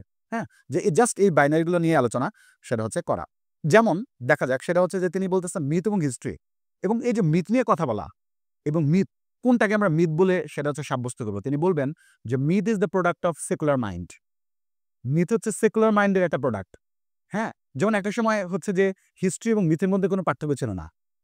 যা মিথ ওইটাই হিস্ট্রি, যা হিস্ট্রি ওইটাই মিথ, এরকম একটা পার্থক্য সেটা হচ্ছে একসাথে হয়ে গেছে। যেমন কোরআনকে একই সাথে আমরা হিস্ট্রির বইও বলতে পারবো, তাই না? কোরআন বিজ্ঞানের বইও, এটা আলাদা মানে হচ্ছে সেটা হচ্ছে প্রি মডার্ন পিরিয়ডে এটাকে আমরা কখনো আলাদা করতাম না, তাই না? এটা একই সাথে লর বই, একই সাথে মরালিটির বই। এই পার্থক্যগুলো সাধারণত করা হচ্ছে মডার্ন পিরিয়ডে। এবং যখন সায়েন্টিফিক হিস্ট্রি লেখার প্রচলন হলো, সায়েন্টিফিক হিস্ট্রি যে ঘটনাটা আমি উল্লেখ করবো এটা খুব অ্যাকুরেট হতে হবে। যখন এই যে ফ্যাকচুয়াল অ্যাকিউরেসি, হ্যাঁ, মানে ট্রু ফ্যাক্টের এক ধরনের হচ্ছে যে ব্যাপারগুলো হিস্ট্রি রচনার মধ্যে এসে পড়ল, তখন কিন্তু সেটা হচ্ছে যে মানে হিস্ট্রি আলাদা হয়ে গেল এবং মিথ থেকে। কারণ মিথের লক্ষ্য কিন্তু সেটা হচ্ছে মানে ফ্যাকচুয়াল ট্রুথ প্রেজেন্ট করা না, বরঞ্চ মিথের লক্ষ্য হচ্ছে এমন একটা পাওয়ারফুল আইডিয়া দেওয়া যেটা দিয়ে প্রভাব বিস্তার করা যাবে এবং সেটা হচ্ছে যে একটা পাওয়ারফুল আইডিয়া স্পিরিচুয়ালিটিকে অথবা মানুষের মনকে সেটা হচ্ছে প্রভাবিত করা যাবে। হ্যাঁ, তো এবং দেখা গেল যে ওই মানে হিস্ট্রির কাজ হয়ে দাঁড়ালো ভিন্ন রকম, সেকুলার হিস্ট্রি। সেকুলার হিস্ট্রির কাজ হলো অ্যাকিউরেসি এবং ফ্যাকচুয়াল অ্যাকিউরেসি, এক ধরনের হচ্ছে তথ্যগত এক ধরনের সঠিকতা। ওটাই হলো হিস্ট্রি, ওটাই হলো সেকুলার হিস্ট্রি। এবং পরবর্তীতে যেটা হলো যে আমাদের যে সেকুলার স্টেট অথবা যেটাকে আমরা ন্যাশনাল স্টেট বলবো অথবা যেটাকে আমরা মডার্ন লাইফ বলবো, এই মডার্ন লাইফের একটা ইন্টিগ্রাল পার্ট, একদম একটা অনিবার্য অংশ হয়ে গেল এই সেকুলার হিস্ট্রি, তাই তো? অথচ সেটা হচ্ছে যে গল্প কথা, তারপর হচ্ছে কাহিনী, কাব্য, এগুলো সবগুলো একটা সময়ে সেটা হচ্ছে আমরা একই সাথে এটা হিস্ট্রির এক ধরনের মর্যাদা দিতাম। কারণ হচ্ছে তারা আমাদের মনের উপরে ইম্প্যাক্ট ফেলতো। তারা একটা আইডিয়া সে জীবন জগৎ সম্পর্কে আমাদের সামনে প্রেজেন্ট করতো। তাহলে এই আইডিয়াটা এটা ভেঙে যায়। সেটা হচ্ছে যে এই যে মডার্ন পিরিয়ড যেটাকে আমরা বলবো অথবা সেকুলারিজমের যে আগমন, এই আগমনে আমরা এই বিভক্তিগুলা, এই বাইনারি প্রোডাকশনগুলা সেটা হচ্ছে আমরা এই সেকুলার এইজ, চার্লস টেলর যে শব্দটা বলতেছেন, এই এইজের মধ্যে এই বাইনারি প্রোডাকশনগুলো আমরা দেখব। সায়েন্স আলাদা, তারপরে রিজন আলাদা, এভাবে বলা হবে আরকি। এমনকি তিনি তাল্লা সাহেব বলতেছেন একটা জায়গায়, যেমন তিনি বলতেছেন যে ক্লাসিক্যাল যে ইসলামিক এইজ, ওইখানে কোরআনের যে ভাষা ওটাকে আলাদা করে পবিত্র বলে গণ্য করার দরকার হতো না। আলাদা করে পবিত্র ভাষা বলবার দরকার হতো না। এই বলাটা শুরু হয়েছে আসলে মডার্ন পিরিয়ডে এবং এই বলাটা হয়েছে একটা সেকুলার ঘটনা। কারণ সেকুলার যে ব্যাপারটা, ওরাই পবিত্র এবং অপবিত্র, সেটা হচ্ছে এই যে ভাগটা, এটা আসলে সেকুলারিজমের মানে হচ্ছে একটা ভাগ। হ্যাঁ, তাহলে এটাই আবার তিনি বলবেন যে যা কিছু একটা সময় পবিত্র বলে গণ্য হইতো, একটা সময় অপবিত্র গণ্য হইতে পারে, আবার যেটা অপবিত্র ছিল এটা পবিত্র বলে গণ্য হইতে পারে। হ্যাঁ, এবং তিনি বলবেন যে যেমন দেখা যায় চার্চ একসময় একটা পবিত্রতার দাবিদার ছিল, এবং চার্চের যে সম্পদ যখন হচ্ছে যে চার্চকে যখন এক ঘরে করে ফেলা হলো, তখন কিন্তু পবিত্রতার ধারণায় চেঞ্জ আসলো। এটা মাইগ্রেশন অফ দ্য হলি বলে একটা কথা আছে।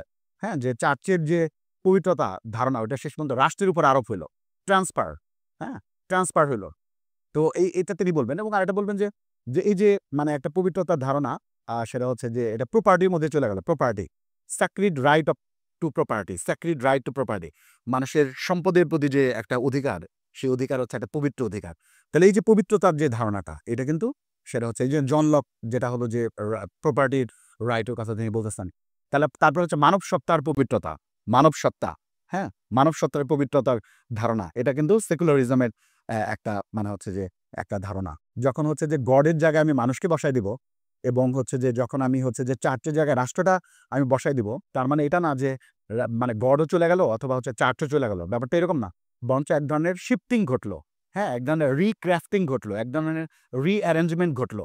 কোনটা চলে গেল না, সবই থাকলো, কিন্তু এটা মাইগ্রেশন করলো। হ্যাঁ, যেমন তিনি বলবেন যে হচ্ছে এই তিনি এভাবে বলবেন যে আ উম এই একজন হচ্ছে যে হিউম্যান, একজন রাইটার, আরব একজন কবি, বিখ্যাত কবি অ্যাডোনিস।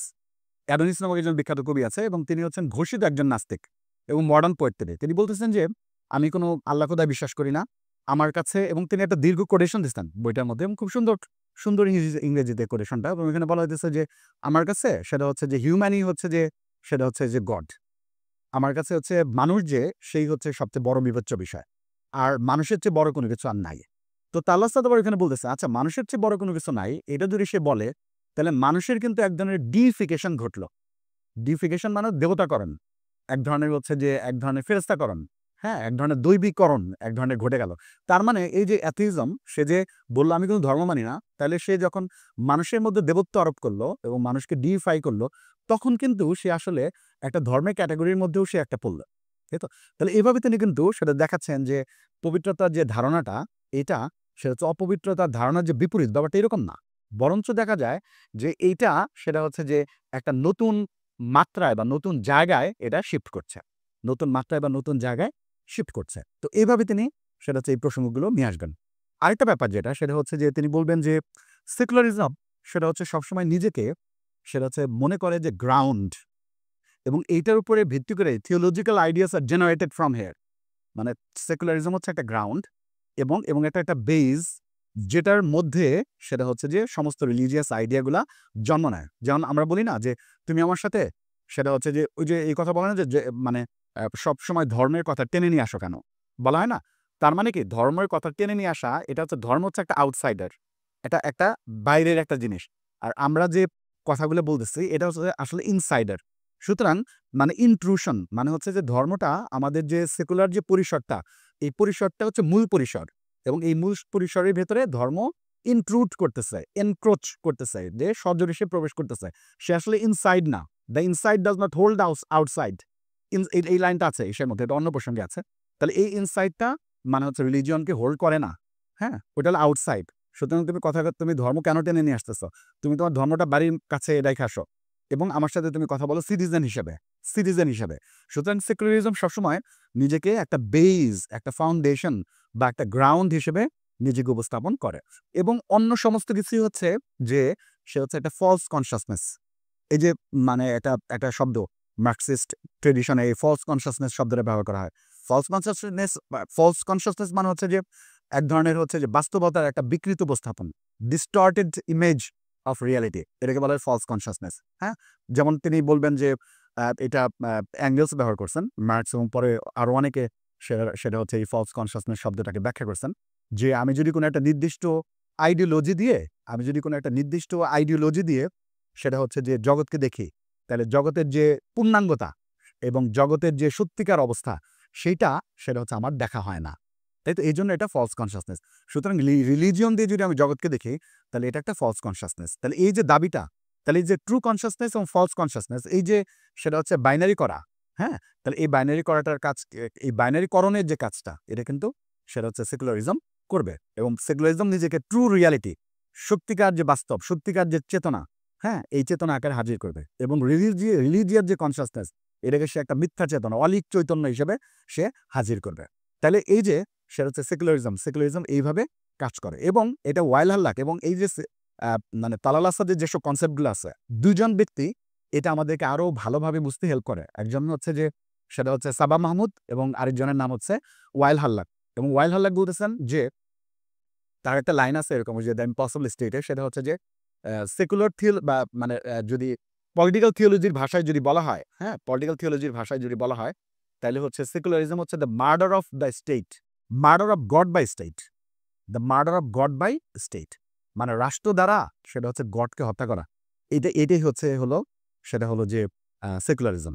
তার মানে হচ্ছে যে গড যে জায়গায় ছিল সেই জায়গাটা রাষ্ট্র মানে রাষ্ট্র সেই জায়গাটা নিয়ে নিবে, রাষ্ট্রই সিদ্ধান্ত নিবে যে কোনটা কালচার, রাষ্ট্রই সিদ্ধান্ত নেবে কোনটা সেটা হচ্ছে রিলিজন। এবং তাল্লাসাদের একটা সেটা হচ্ছে যে অন্য একটা লেখায় সেটা হচ্ছে যে তিনি বলতেছেন যে দুইটা কেসের কথা উল্লেখ করতাম, দুইটা কেস।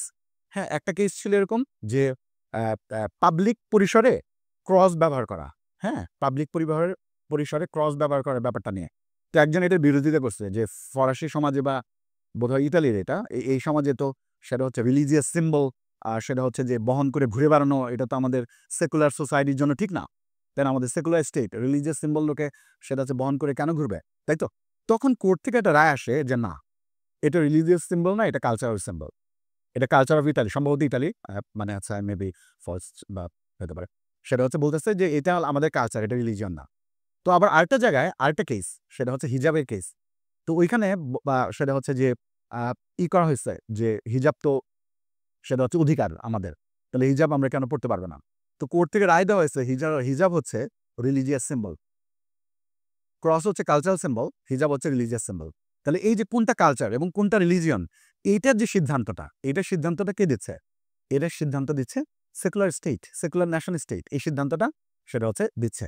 তাহলে এইভাবে সেটা হচ্ছে কোনটা সেটা হচ্ছে যে মানে রিলিজিয়ন এবং কোনটা রিলিজিয়ন না, কোনটা কালচার, এই যে এই সিদ্ধান্তটা কিন্তু শেষ পর্যন্ত সেটা হচ্ছে যে সেকুলার স্টেট দিচ্ছে, যেটার আকীদা হচ্ছে, যেটার মূল সেটা হচ্ছে যে মানে ওয়ার্ল্ড ভিশন হচ্ছে সেটা হচ্ছে সেকুলারিজম। হ্যাঁ, সেকুলারিজম কিন্তু a particular concept of the world, এটি সেকুলারিজম। এবং ওই particular concept of the world যেসব সমস্যাগুলো জন্ম দেয়, সেই সমস্যাগুলোর যে সমাধান, এই সমাধানের একটা প্রক্রিয়া হচ্ছে সেকুলারিজম।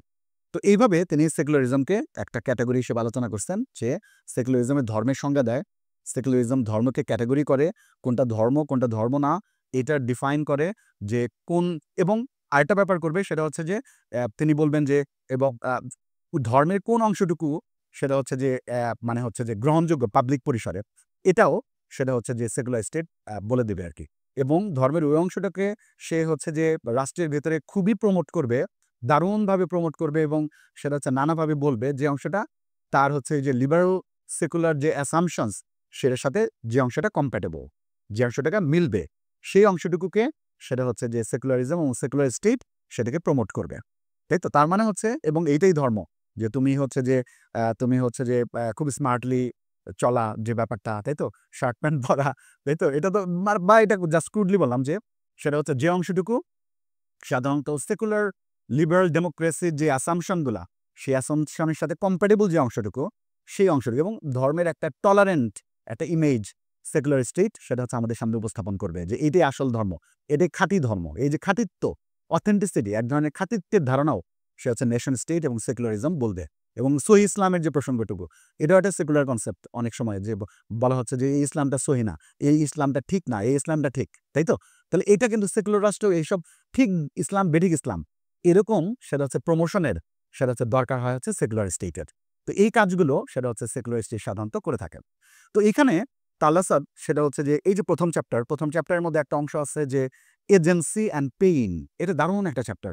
এবং ওইখানে তিনি সেটা হচ্ছে, আমি সংক্ষেপে একটু একটা অংশ বলবো যে পেইন, যেটাকে আমরা যন্ত্রণা বলতে পারি, ব্যথা বলতে পারি, হ্যাঁ, এবং তিনি বলবেন যে পেইন হচ্ছে আমাদের এজেন্সিকে লিমিট করে দেয়, আমাদের এজেন্সিকে পেইন লিমিট করে। মানে মানে ধর্ম তো পেইন দেয় মানুষকে, ধর্ম তো রক্তাক্ত, ধর্ম তো ভায়োলেন্ট। কোন ধর্ম? মেডিয়েবল খ্রিস্টান ধর্ম। ওইখানে যে ইতিহাস, ওই ইতিহাসটা তাল্লাহ মাথায় রেখে কথা বলে বলতেছেন যে ধর্মের সাথে টর্চারের একটা সম্পর্ক আছে, ধর্মের সাথে ভায়োলেন্সের একটা সম্পর্ক আছে, তাই তো? সুতরাং সেকুলারিজম যখন আসলো, এই প্রতিশ্রুতি দিয়া যেন বা আসলো যে সেকুলারিজম এসে এই ভায়োলেন্স থাকবে না, টর্চার থাকবে না, পেইন থাকবে না, ব্যাপারটা অনেকটা এরকম। কিন্তু আমরা দেখব যে সেকুলারিজম এসে নতুন ধরনের ভায়োলেন্স জন্ম দিছে, নতুন ধরনের টর্চার পদ্ধতি দিছে, আরো পরিশীলিত, তাই তো? তার মানে টর্চার কিন্তু শেষ হয়ে গেল না, বরঞ্চ এটা একটা রিস্ট্রাকচারিং হলো, একটা রিঅ্যারেঞ্জমেন্ট ঘটলো। তো আমরা যেটা বলছিলাম এজেন্সি এবং পেইন যে চ্যাপ্টারটা, ওইখানে সেটা হচ্ছে যে তিনি বলতেছেন যে পেইন হওয়া এটা আমাদের এজেন্সিকে লিমিট করে দেয়। এজেন্সি শব্দের অর্থ হচ্ছে যে ভলান্টারিলি, উইলিংলি সেটা হচ্ছে কোনো কাজ করতে পারে বা কাজ করতে চায়, যার ভেতরে পটেনশিয়ালিটি আছে, সম্ভাবনা আছে কাজ করবার, এবং যে ওটাকে অ্যাকচুয়ালাইজেশন করতে পারে, অ্যাকচুয়ালাইজ করতে পারে, এটাকে বাস্তবায়ন করতে পারে, এটাকে এজেন্সি বলা হবে। যে এজেন্সি, ওর এজেন্সি স্বীকার করা হয় নাই, মানে ও যে কাজটা করতে পারে এটা আমি স্বীকার করছে না। এই যে আমরা অনেক সময় বলি না যে ওর এজেন্সি স্বীকার করা হচ্ছে না, তাহলে এখানে তিনি বলবেন যে পেইন যেন এজেন্সিকে লিমিট করে দেয়। এটা হচ্ছে, সেটা হলো যে এই সেকুলার একটা ধারণা। কারণ আমাদের লক্ষ্য থাকে কি? Two eliminate pain. আমরা ওষুধ খাই, সে হচ্ছে পেইন দূর করবার জন্য, তাই না? পেইন হইলে আমরা হচ্ছে যে করতে পারি না, আমরা কাজ করতে পারি না, তাই তো? সুতরাং আমাদের সমস্ত সেকুলার কনসেপ্টটা হচ্ছে যে elimination or removal of pain. এটা হচ্ছে আমাদের একটা কনসেপশন।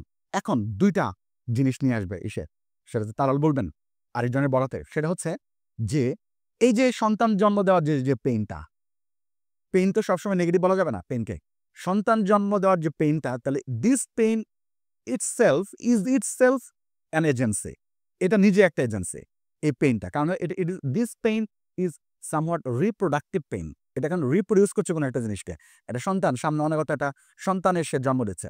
আবার যিনি শহীদ হলেন, তাহলে তার যে পেইন, এই পেইন নিজেই একটা এজেন্সি। পেইন নিজেই একটা, সেটা হচ্ছে এজেন্সি। তাহলে এভাবে তিনি সেটা হচ্ছে যে দেখাবেন যে মানে হচ্ছে যে পেইন এবং এজেন্সি সংক্রান্ত সেকুলার যে ধারণা, সেটা কেমন হয়। সেকুলার রিস্ট যে চিন্তা বা সেকুলার পরিমণ্ডলের দ্বারা আমরা পেইনের যে কনসেপ্ট বা পেইনের যে ক্যাটাগরি, এটাকে যেভাবে দেখি, কিন্তু রিলিজিয়াস ক্যাটাগরিতে যদি দেখা হয়, তাইলে ব্যাপারটা সেটা হচ্ছে এভাবে দেখা মানে হয় না। তারপর তিনি আবার ওই পরবর্তী চ্যাপ্টার, যেটা হলো একদম থার্ড চ্যাপ্টার এই দ্য সেকুলার নামক অংশের থার্ড চ্যাপ্টারে তিনি হচ্ছে টর্চার এবং ভায়োলেন্স নিয়ে বলবেন। যেমন আমরা যেমন হচ্ছে যে কিছু ভায়োলেন্স কিন্তু আমরা অ্যাকসেপ্ট করি, আবার কিছু ভায়োলেন্স আমরা অ্যাকসেপ্ট করি না। যেমন এনিম্যালদের উপরে প্রচুর ভায়োলেন্স করে সেটা হচ্ছে মাংস উৎপাদন করা হয় ইন্ডাস্ট্রিয়াল কনজাম্পশনের জন্য এনিমেলদেরকে পালা হয়, তাদেরকে নানা রকম যন্ত্র দিয়ে সেটা হচ্ছে যে তাদের দুধ সেটা হচ্ছে চিপে নেওয়া হয়, তাদেরকে ছেঁড়া হয়, তাই না? ওই যে কেএফসি ইত্যাদি ইত্যাদি, এগুলো প্রতিনিয়ত হয়। এবং এই যে ভায়োলেন্সটা, it is an invisible violence, তাই তো? তাহলে এই যে সেকুলার যে এই এইজের ভিতরে এই ভায়োলেন্সগুলো চালানো হয়, এবং এই ভায়োলেন্সগুলা ইনভিজিবল অনেকটা, তাই তো? এবং এটার প্রোডাক্টগুলো আমরা ভোগ করি। কিন্তু সেটা হচ্ছে যখন কোরবানি ঈদ আসবে বা কিছু, তখন কিন্তু এই যে ভায়োলেন্সের প্রসঙ্গটুকু আসতেছে, তাই না? অথচ সেটা হচ্ছে যে ইউরোপিয়ান ন্যাশনাল স্টেট বিল্ডিং এর সময় প্রচুর ভায়োলেন্স হয়েছে, তাই না? ন্যাশনাল স্টেট বিল্ডিং এর সময় প্রচুর ভায়োলেন্স হয়েছে। ওই ভায়োলেন্সটাকে কিন্তু সেটা হচ্ছে নেতিবাচক ভায়োলেন্স হিসেবে দেখানো হচ্ছে না। ওয়ার্ল্ড ওয়ার হয়েছে, এই যে ভায়োলেন্স গুলা, ওইগুলাকে মানে হচ্ছে নেতিবাচক হিসেবে ওইভাবে দেখানো হচ্ছে না। এগুলো কিন্তু সেকুলার ভায়োলেন্স, তাই না? তার মানে হচ্ছে এগুলো কোনো ধর্মের নামে হয় নাই। এটা রাষ্ট্র গঠন প্রক্রিয়ার এবং রাষ্ট্রের আধিপত্য এবং হচ্ছে এক ধরনের হেজেমন হওয়ার জন্য যে সাধনা, সেই সাধনার ভেতর থেকে এই ভায়োলেন্সগুলো আরোপ করা হয়েছে। সুতরাং দেখা যাচ্ছে যে ভায়োলেন্স সম্পর্কে সেকুলার মানে হচ্ছে এই যে কনসেপ্টগুলা, সেটা হচ্ছে যে এরকম, এবং এগুলোর ভেতরে সেটা হচ্ছে অনেকগুলা সেটা হচ্ছে ইনকনসিস্টেন্সি আছে, তাই তো? এবং কন্ট্রাডিকশন আছে। তো এই কন্ট্রাডিকশনগুলো বের করবেন হচ্ছে তাওলাসাদ। এই কন্ট্রাডিকশন বের করা তার একটা পদ্ধতির মধ্যে পড়ে। তাহলে এইভাবে পেইন এবং তিনি বলতেছেন যে এই যে সেকুলার বা সেকুলারিজম, এই বইয়ের মধ্যে আমি দেখব ইনডিরেক্টলি তার কতগুলা শ্যাডোর মধ্য দিয়ে, তার কতগুলো ফেস এবং অ্যাসপেক্টের মধ্য দিয়ে। তিনি সরাসরি কোথাও সেকুলারিজমকে ডিফাইন করবেন না। তিনি কোথাও সেকুলার নামক যে ক্যাটাগরি, এখানে ডিফাইন করবেন না। তিনি বরঞ্চ এটার যে বিভিন্ন ম্যানিফেস্টেশন আছে বিভিন্ন ক্ষেত্রে, সেইটাকে আমাদের সামনে তুলে ধরবেন, যে সেটা হচ্ছে যে ওই এজেন্সির ধারণাটা, হ্যাঁ, সেকুলারিজমে কিভাবে বলা হয় আর অন্য সময় কিভাবে ছিল এজেন্সির ধারণাটা। অথবা পেইন বলতে সে হচ্ছে যেমন খ্রিস্টান ধর্মে সেলফ অ্যাফ্লিকশন, এটা একটা পুণ্যের কাজ। আমি নিজেকে ওই যে রাহাবানিয়াত বলা হয় যে এক ধরনের কৃচ্ছতা সাধন করব, আমি নিজেকে মানে হচ্ছে যে কষ্ট দিব, এটা একটা মানে হচ্ছে যে একটা গৌরবের একটা সেটা হচ্ছে বিষয় ছিল। এবং শহীদ যারা হয় তারা তো নিজেকে কষ্ট পেয়ে মৃত্যুবরণ করে, তাই না? তাহলে এই যে মানে হচ্ছে যে মানে পেইনের যে কনসেপ্ট, প্রি মডার্ন পিরিয়ডে কি পেইনের কনসেপ্ট, আর মডার্ন পিরিয়ডে মডার্নিটি, আমাদের বইয়ের একটা নাম কিন্তু একটা অংশ কিন্তু মডার্নিটি। তাহলে এই যে মডার্নিটিতে পেইন কিন্তু একটা ভিন্ন সেটা হচ্ছে যে একটা অ্যাসপেক্ট, ভিন্ন একটা ডাইমেনশন নিয়ে আমাদের সামনে হাজির হয়। তাহলে এই যে পেইনের ধারণা দিয়ে তিনি সেকুলারিজম এটাকে বোঝার চেষ্টা করবেন, এজেন্সির ধারণার মধ্যে দিয়ে চেষ্টা করবেন, টর্চার এবং ক্রুয়েলটির যে ধারণা এটার মধ্যে দিয়ে তিনি বোঝার চেষ্টা করবেন এবং তিনি দেখাবেন যে এগুলো সেটা হচ্ছে যে এক ধরনের রিস্ট্রাকচারিং ঘটছে সেকুলার এইজে আমাদের মডার্নিটিতে। হ্যাঁ, এভাবে তিনি বলবেন। তারপরের অংশটুকুতে তিনি যেটা যাবেন সেটা হচ্ছে যে সেকুলারিজম, এই যে চ্যাপ্টার, এখানে 3টা সেটা হচ্ছে মানে চ্যাপ্টার আছে। একটা হচ্ছে যে হিউম্যান রাইটসের ধারণা, হিউম্যান রাইটস, আরটা হচ্ছে যে Muslims as religious minority in Europe, আর হচ্ছে সেকুলারিজম, ন্যাশনাল স্টেট এবং রিলিজিয়ন। ওকে, এইটার নিয়ে আমরা তো ফাঁকে অবশ্যই কিছু বলে ফেলছি। তো এখানে সেটা হচ্ছে আমি যেটা একটু বলতে চাই সেটা হচ্ছে যে এই যে redeeming the human through human rights, সেটা হচ্ছে এই যে হিউম্যান রাইটস, এখানে তিনি বলবেন যে মানুষের মুক্তি, হ্যাঁ, রিডিম করা, মুক্ত করা। তাহলে এই যে হিউম্যান রাইটসের মধ্যে আসলে কোন হিউম্যানের কথা সেটা হচ্ছে যে বলা হচ্ছে, কোন হিউম্যানের কথা এখানে বলা হচ্ছে। এবং তিনি এখানে হিউম্যান নিয়ে বেশ কিছু আলোচনা করবেন, লকের ধারণা একটু আলোচনা করবেন, হবসের ধারণা আলোচনা করবেন, হ্যাঁ, এবং তিনি বলতে থাকবেন যে তিনি ইউনিভার্সাল ডিক্লারেশন অফ, সেটা হচ্ছে যে মানে হিউম্যান রাইটসের প্রসঙ্গটুকু নিয়ে আসবেন। তারপর হচ্ছে ফরাসি বিপ্লবে যে সেটা হচ্ছে যে ওই যে rights of man and citizen যে চার্টার করা হলো সেটার প্রসঙ্গটা কিন্তু নিয়ে আসবেন। তারপরে আমেরিকান বিল অফ রাইটসের প্রসঙ্গে নিয়ে আসবেন। তারপর হচ্ছে যে ওই যে সিভিল ওয়ার যেটা হইল ইংল্যান্ডে, সেখানে যে বিল অফ রাইটস, ওটা আমেরিকান বিল অফ রাইটস, আর এটা শুধু বিল অফ রাইটস। এইটার মধ্যে রাইটের ধারণা, হিউম্যানের ধারণা কীভাবে আসছে সেসব নিয়ে তিনি আলোচনা করবেন। এবং এক ফাঁকে তিনি বলবেন যে মানে হিউম্যান মানে হচ্ছে যার ইনঅ্যালিয়েনেবল রাইটস আছে, হিউম্যান মানে হচ্ছে যার ইনঅ্যালিয়েনেবল রাইটস আছে, মানে এমন কিছু রাইট যেটা হচ্ছে যে সে জন্মগতভাবেই তার সাথে আছে এবং ওই রাইটটাকে কোনোভাবেই কি করা যাবে না, সেটা হচ্ছে বিচ্ছিন্ন করা যাবে না। তো সেটা হচ্ছে সে হচ্ছে হিউম্যান, যার ইনঅ্যালিয়েনেবল রাইটস আছে সে হচ্ছে হিউম্যান, এরকম একটা তিনি কথা বলবেন। আরও কিছু কথা, এটা বেশ দীর্ঘ আলোচনা, আমি যত দূর সংক্ষেপে করা যায় সেটা হচ্ছে যে আরেকটা তিনি বলবেন যে এই যে হিউম্যানের যে ধারণাটা, এর সাথে আরেকটা ধারণা যুক্ত, সেটা হচ্ছে ফ্রিডম। ওই সময় একটা বিতর্ক চলতেছিল যে ফ্রিডম এটা কি সম্পত্তি? সম্পত্তির মধ্যে কিন্তু পার্থক্য আছে, যে ফ্রিডম এটা কি সম্পত্তি নাকি সম্পত্তি না। যারা মনে করতেন যে ফ্রিডম হচ্ছে সম্পত্তি তারা একটা গ্রুপ, আবার যারা মনে করতেন ফ্রিডম সম্পত্তি না তারা হচ্ছে আরেকটা গ্রুপ। তো যারা মনে করতেন ফ্রিডম একটা সম্পত্তি তারা দাসপ্রথার সমর্থক ছিলেন, তাই তো? কারণ ফ্রিডম যদি সম্পত্তি হয় তাহলে এটা কেনাবেচা করা যাবে, যদি সম্পত্তি হয় তার মানে যদি এটা কেনাবেচা করা যায় তাহলে দাস রাখা যাবে, দাস বিক্রি করা যাবে, তাই তো? তাহলে এই যে দাসপ্রথা, এটা সেটা হচ্ছে হিউম্যানের যে ফ্রিডম এটাকে একটা সম্পত্তি হিসেবে গ্রহণ করত। এবং এগুলো কিন্তু ফিলোসফিক্যাল আলোচনা এটা নিয়ে আছে। এবং সেটা হচ্ছে যে এই যে ওয়েস্টার্ন, সেটা হচ্ছে ন্যাশন স্টেট, এখানে কিন্তু মনে করা হয় যে দাসপ্রথা, দাস রাখা, এটা হচ্ছে যে ফ্রিডম অব দ্য স্লেভ ওনারের ফ্রিডম এক্সারসাইজ করবার জন্য সেটা হচ্ছে দাস রাখা প্রয়োজন। এটা নিয়ে খুব দারুণ আলোচনা আছে। আগলি ফ্রিডম নামে একটা বই আছে, এলিজাবেথ অ্যাঙ্কার, খুব মজা বই একটা। এলিজাবেথ অ্যাঙ্কার তিনি হচ্ছেন ওই যে সেটা হচ্ছে যে এই যে মহিলাটা খুব বিখ্যাত, উইন্ডি ব্রাউনের অধীনে পিএইচডি করছেন আর কি। তো এই আলোচনাটা ওইখানেও খুব সুন্দর করে আছে আর কি। হ্যাঁ, আগলি ফ্রিডম মানে হচ্ছে আগলি ফ্রিডম। তো এইখানে এই যে তাহলে বলা হচ্ছে যে এই যে ফ্রিডমটা দাস ওনার যিনি, যে হচ্ছে স্লেভ ওনার, তো এই স্লেভ ওনারের যে ফ্রিডম এইটা সে দাস রাখলো এটার মধ্যে দিয়ে এক্সারসাইজড হবে, তাই তো? তাহলে এই যে ফ্রিডমটা, তাহলে কিছু মানুষের দাস হওয়ার উপযোগী, কিছু মানুষ বারবারাস, তাই তো? কিছু মানুষ হচ্ছে যে সিভিলাইজড, তাই তো? তাহলে যেসব মানুষগুলো বারবার বা যেসব মানুষগুলো বর্বর, তাহলে আর যেসব মানুষগুলো সিভিলাইজড, সেসব মানুষের দায়িত্ব হচ্ছে যে বারবার যারা আছে তাদেরকে সিভিলাইজড করা। সুতরাং এই যে পার্টিকুলার কনসেপ্ট অফ হিউম্যান, এইটার উপরে সেটা হচ্ছে যে কলোনিয়ালিজম, তারপরে হচ্ছে সেটা হচ্ছে এনস্লেভমেন্ট, এই যে দাস প্রথা, উপনিবেশবাদ প্রথা, এগুলোর উপরে দাঁড়ানো। হ্যাঁ, এবং বলা হচ্ছে যে এই যে কলোনিয়ালাইজেশন অথবা কলোনিয়ালিজম ইজ প্রেফারেবল টু এনস্লেভমেন্ট। এনস্লেভমেন্টের চেয়ে কলোনিয়ালিজম একটু ভালো, কারণ এনস্লেভমেন্টের মধ্যে তো হচ্ছে যে ওই ব্যক্তিগুলোকে একদম দাস করা হয়। তো মানে আর কলোনিয়ালিজমের মধ্যে ওইভাবে দাস না করে একটা সামষ্টিক একটা আধিপত্য করা হয়। সুতরাং যদি হিস্ট্রি দেখা হয় তাহলে বলা হবে যে সেটা হচ্ছে যে এনস্লেভমেন্টের চেয়ে কলোনিয়ালিজম একটু ভালো, কারণ হচ্ছে এখানে সিভিলাইজিং যে মিশন, সেই সিভিলাইজিং মিশন এখানে চালানো সেটা হচ্ছে যাচ্ছে। তো আবার আরেকটা ব্যাপার সেটা হচ্ছে যে এই যে সেকুলার কনসেপ্টে হিউম্যাননেস যেটাকে আমরা মানবিকতা বলবো, অ্যাবস্ট্রাক্ট হিউম্যাননেস, এখানে ব্যক্তি মানুষ মর্যাদা না পাইলেও সেটা হচ্ছে মানবিকতা নামক যে কনসেপ্টটা এখানে, সেটা হচ্ছে এটাকে একটা ডিগনিফাইড, একটা ডিগনিটি বলে মনে করা হচ্ছে যে হিউম্যাননেসটাকে। এবং এই হিউম্যাননেসটা একটা স্যাক্রিড ব্যাপার বলে সে হচ্ছে তিনি দেখাচ্ছেন, যেটাকে মানে হচ্ছে রক্ষা করতে হবে। এবং দেখা গেল যে এই যে হিউম্যান যে রাইটস, এটাকে রক্ষা করবার জন্য সবসময় ইউরোপে রেভলিউশনের মধ্যে দিয়ে যাইতে হচ্ছে। আমেরিকান রেভলিউশনের মধ্যে যেতে হয়েছে, ফ্রেঞ্চ রেভলিউশনের মধ্যে দিয়ে যেতে হয়েছে, তাই তো? তাহলে এইভাবে দেখা যায় যে কলোনিয়ালিজমের কনসেপ্ট, এনস্লেভমেন্টের কনসেপ্ট এবং সেকুলারিজমের কনসেপ্ট, এটা পার্টিকুলার কনসেপ্ট অফ হিউম্যান এটার মধ্যে দাঁড়ায় আছে। যেমন সেকুলারিজম মনে করবে যে মানুষকে হইতে হবে রেশনাল, অটোনোমাস রেশনাল, মানে এই যে রাষ্ট্র, এই যে আইন, আমরা কিন্তু যখন আইন সেটা হচ্ছে বানানো হয় তখন কিন্তু মানুষ মনে করে যে মানুষ মূলত অপরাধী, সুতরাং তার জন্য আইন দরকার, তাই তো? আবার মানুষ রেশনাল, তাহলে সে হয়তো এই আইন মানবে, তাই তো? তাহলে এই যে আমাদের মানে হচ্ছে সেকুলার যত ইনস্টিটিউশন আছে প্রায় সবগুলোই এই অনুমানের উপরে প্রতিষ্ঠিত যে মানুষ হচ্ছে রেশনাল এবং একটা অটোনমাস একটা এন্টিটি। তাহলে এই যে সেটা হলো যে মানে হচ্ছে যে কি বলা হয় এনলাইটেনমেন্ট যে কনসেপ্টটা, এনলাইটেনমেন্টের যে কনসেপ্ট, ব্যক্তির কনসেপ্ট, এটার সাথেও কিন্তু সেটা হচ্ছে হিউম্যান রাইটসের সম্পর্ক আছে। হিউম্যান রাইটসের সম্পর্ক যে কিছু মানুষের রাইট, এই হিউম্যান রাইটস শব্দটা নিজেই বলে দেয় যে কিছু মানুষ ইনকমপ্লিট ম্যান, ইনকমপ্লিট হিউম্যান, তার রাইটস আছে, তার রাইটগুলো দিলে সে পুরাপুরি সেটা হচ্ছে হিউম্যান হবে। এবং তিনি আরও আলোচনা করবেন যে দুটো পার্থক্য করবেন, সিভিল রাইটস এবং হিউম্যান রাইটসের মধ্যে পার্থক্য করবেন। এবং তিনি বলবেন যে সেটা হচ্ছে যে ওই সিভিল রাইটসের পক্ষে বলতেছিলেন হচ্ছে মার্টিন লুথার কিং, যে আমেরিকাতে কালোদের যে এত সেটা হচ্ছে যে নির্যাতন করা হয়, এত অধিকার বঞ্চিত থাকে, সুতরাং কালোদের অধিকার মানে হচ্ছে আমেরিকান রাষ্ট্রের ভেতরে দেওয়া প্রয়োজন। এটা হচ্ছে ওই ইসের যে যুক্তিটা, কারণ কি বলা হয় মার্টিন লুথার কিং। তো ওই দিকে ম্যালকম এক্স ছিলেন, তিনি বলছেন না, হিউম্যান রাইটসের কনসেপ্ট দেয়া কি বলে সিভিল রাইটসের যে কনসেপ্ট এটা দিয়ে আমাদের হবে না, আমাদের দরকার হিউম্যান রাইটস।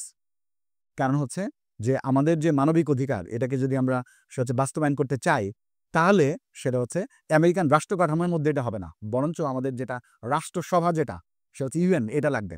আমরা যদি ইউএনএ যাই এবং কালোদের হিউম্যান রাইটস নিয়ে কথা বলতে বলি তাহলে এশিয়া আমাদের পক্ষে থাকবে, আফ্রিকা আমাদের পক্ষে থাকবে এবং সারা পৃথিবীর নন কালো মানে নন সাদা, নন হোয়াইট যে পিপুলগুলো তারা আমাদের পক্ষে সেটা হচ্ছে যে ভোট দিবে এবং তখন আমাদের হিউম্যান রাইটস প্রতিষ্ঠিত হবে আর কি।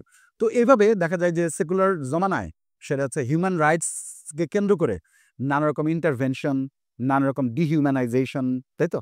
নানা রকম সেটা হচ্ছে যে নানা রকম তত্ত্ব, নানা রকম সেটা হচ্ছে ইন্টারন্যাশনাল ল, এগুলো প্রবর্তিত হয়েছে। তো এটাকে তিনি বলছেন সেকুলারিজম, এই যে চ্যাপ্টারটা, এই চ্যাপ্টারের মধ্যে এই ব্যাপারটা আছে। তো আরেকটা ব্যাপার যেটা হচ্ছে যে একদম শেষ চ্যাপ্টারের মধ্যে, তারপরে আমি একটু আসি তার আগে সবার শেষে অন্য একটা চ্যাপ্টার নিয়ে কথা বলবো। শেষ চ্যাপ্টারে তিনি ইজিপ্টের প্রসঙ্গ তিনি আনবেন এবং ইজিপ্টে তিনি দেখাবেন যে ইজিপ্টে মানে কিভাবে সেকুলারাইজেশন হচ্ছে। এবং ইজিপ্টে অনেকগুলো কোড ছিল, একটা হলো দেখা যায় শরিয়া কোড ছিল, মিক্সড কোড ছিল এবং ধীরে ধীরে এই কোডগুলোর মধ্য থেকে যে শরিয়া কোডগুলা এগুলো ধীরে ধীরে সেকুলার ল দ্বারা সেটা হচ্ছে রিপ্লেসড হচ্ছিল, ইউরোপিয়ান ল দ্বারা এটা ধীরে ধীরে ধীরে ধীরে রিপ্লেসড হয়ে যায়। এবং স্টেট ল, এবং ওই সময় বেশ বিতর্ক হচ্ছিল স্টেট ল এবং প্রাইভেট ল, প্রাইভেট মরালিটি নিয়ে। তো শেষ পর্যন্ত সে হচ্ছে 1955-এ এই যে এর আগে যে ডুয়াল কোড ছিল, যে একটা শরিয়া কোড, যে ইচ্ছা হলে লোকের শরিয়া করে যাবে এবং হচ্ছে যে আরেকজন দরকার হলে মিক্সড করে যাবে, তাই তো? আরবান পিপুল এক ধরনের করে যাইতো, পছন্দ করতো, আবার রুরাল পিপুল আরেক ধরনের করে যাইতো। এমন অনেক সময় দেখা যায় শরিয়া কোডটা এমন ইনসাফপূর্ণ ছিল যে অনেক সময় নন মুসলিমরা ওই শরিয়া কোডে যাইতো। কিন্তু ধীরে ধীরে ধীরে ধীরে ধীরে প্রায় শতবর্ষের ব্যবধানে ওই ডুয়াল যে কোডটা ওইটা শেষ পর্যন্ত সেটা হচ্ছে 1955-এ জামাল আব্দুল নাসেরের সময় ওইটা ভেঙে যায় এবং হচ্ছে যে তখন শরিয়া কোর্টের এক ধরনের সেটা হচ্ছে সমাধি ঘটায়, তাই তো? তাহলে এই আলোচনাটা তিনি এখানে সেটা হচ্ছে করতেছেন, হ্যাঁ, law ethics, reconfiguration of law and ethics. এবং যে কোনো উপনিবেশিক শক্তি প্রথমে যেটা দরকার হয় সেটা হচ্ছে লটাকে চেঞ্জ করে ফেলা, লটাকে চেঞ্জ করে ফেলা। এবং ইজিপ্টে এই ঘটনাটা ঘটছে যে ভূমির আইন, তারপরে হচ্ছে যে সিভিল আইন, ক্রিমিনাল যে ল, এগুলোকে তারা ধীরে ধীরে চেঞ্জ মানে করে দেয়। এবং সেটা হচ্ছে যে এই যে জুডিশিয়াল যে সিস্টেমটা এটাকে ন্যাশন স্টেটের যে কাঠামো এটার মধ্যে নিয়ে আসে। এবং কিভাবে নিয়ে আসে সেটা ব্যুরোক্রেটাইজেশন ঘটায়, রাষ্ট্রের মাধ্যমে কাজে নিয়োগ হবে, সেই কাজের বেতন নির্ধারণের ব্যাপার আছে, তারপর হচ্ছে মানে হচ্ছে রাষ্ট্রের পাওয়ারের সেন্ট্রালাইজেশনের ব্যাপার আছে। তাহলে এই যে রাষ্ট্র যখন ধীরে ধীরে খুবই কেন্দ্রীভূত ক্ষমতার একটা চেহারা হয়ে ওঠে তখন ধীরে ধীরে শরিয়া লগুলোকে প্রান্তিক করে ফেলা হয়।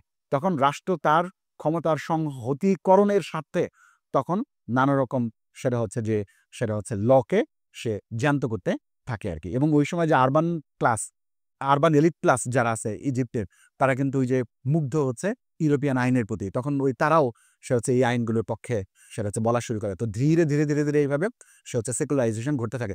এবং এই যে সেকুলারাইজেশনের পেছনে কলোনাইজারদের যে এক্সপিরিয়েন্স, এটা গুরুত্বপূর্ণ, তাদের যে দেশজ অভিজ্ঞতা সেটা ইজিপ্টে তারা প্রয়োগ করে। যেমন ধরা যাক আমাদের এখানে ওয়াক্স যে সম্পদ, এই ওয়াক্স যারা বড় বড় মানুষগুলো ছিল মুসলিম বড় বড় ব্যক্তিগুলা তাদের বেশিরভাগ সম্পত্তি ওয়াকফতে দিয়ে দিত।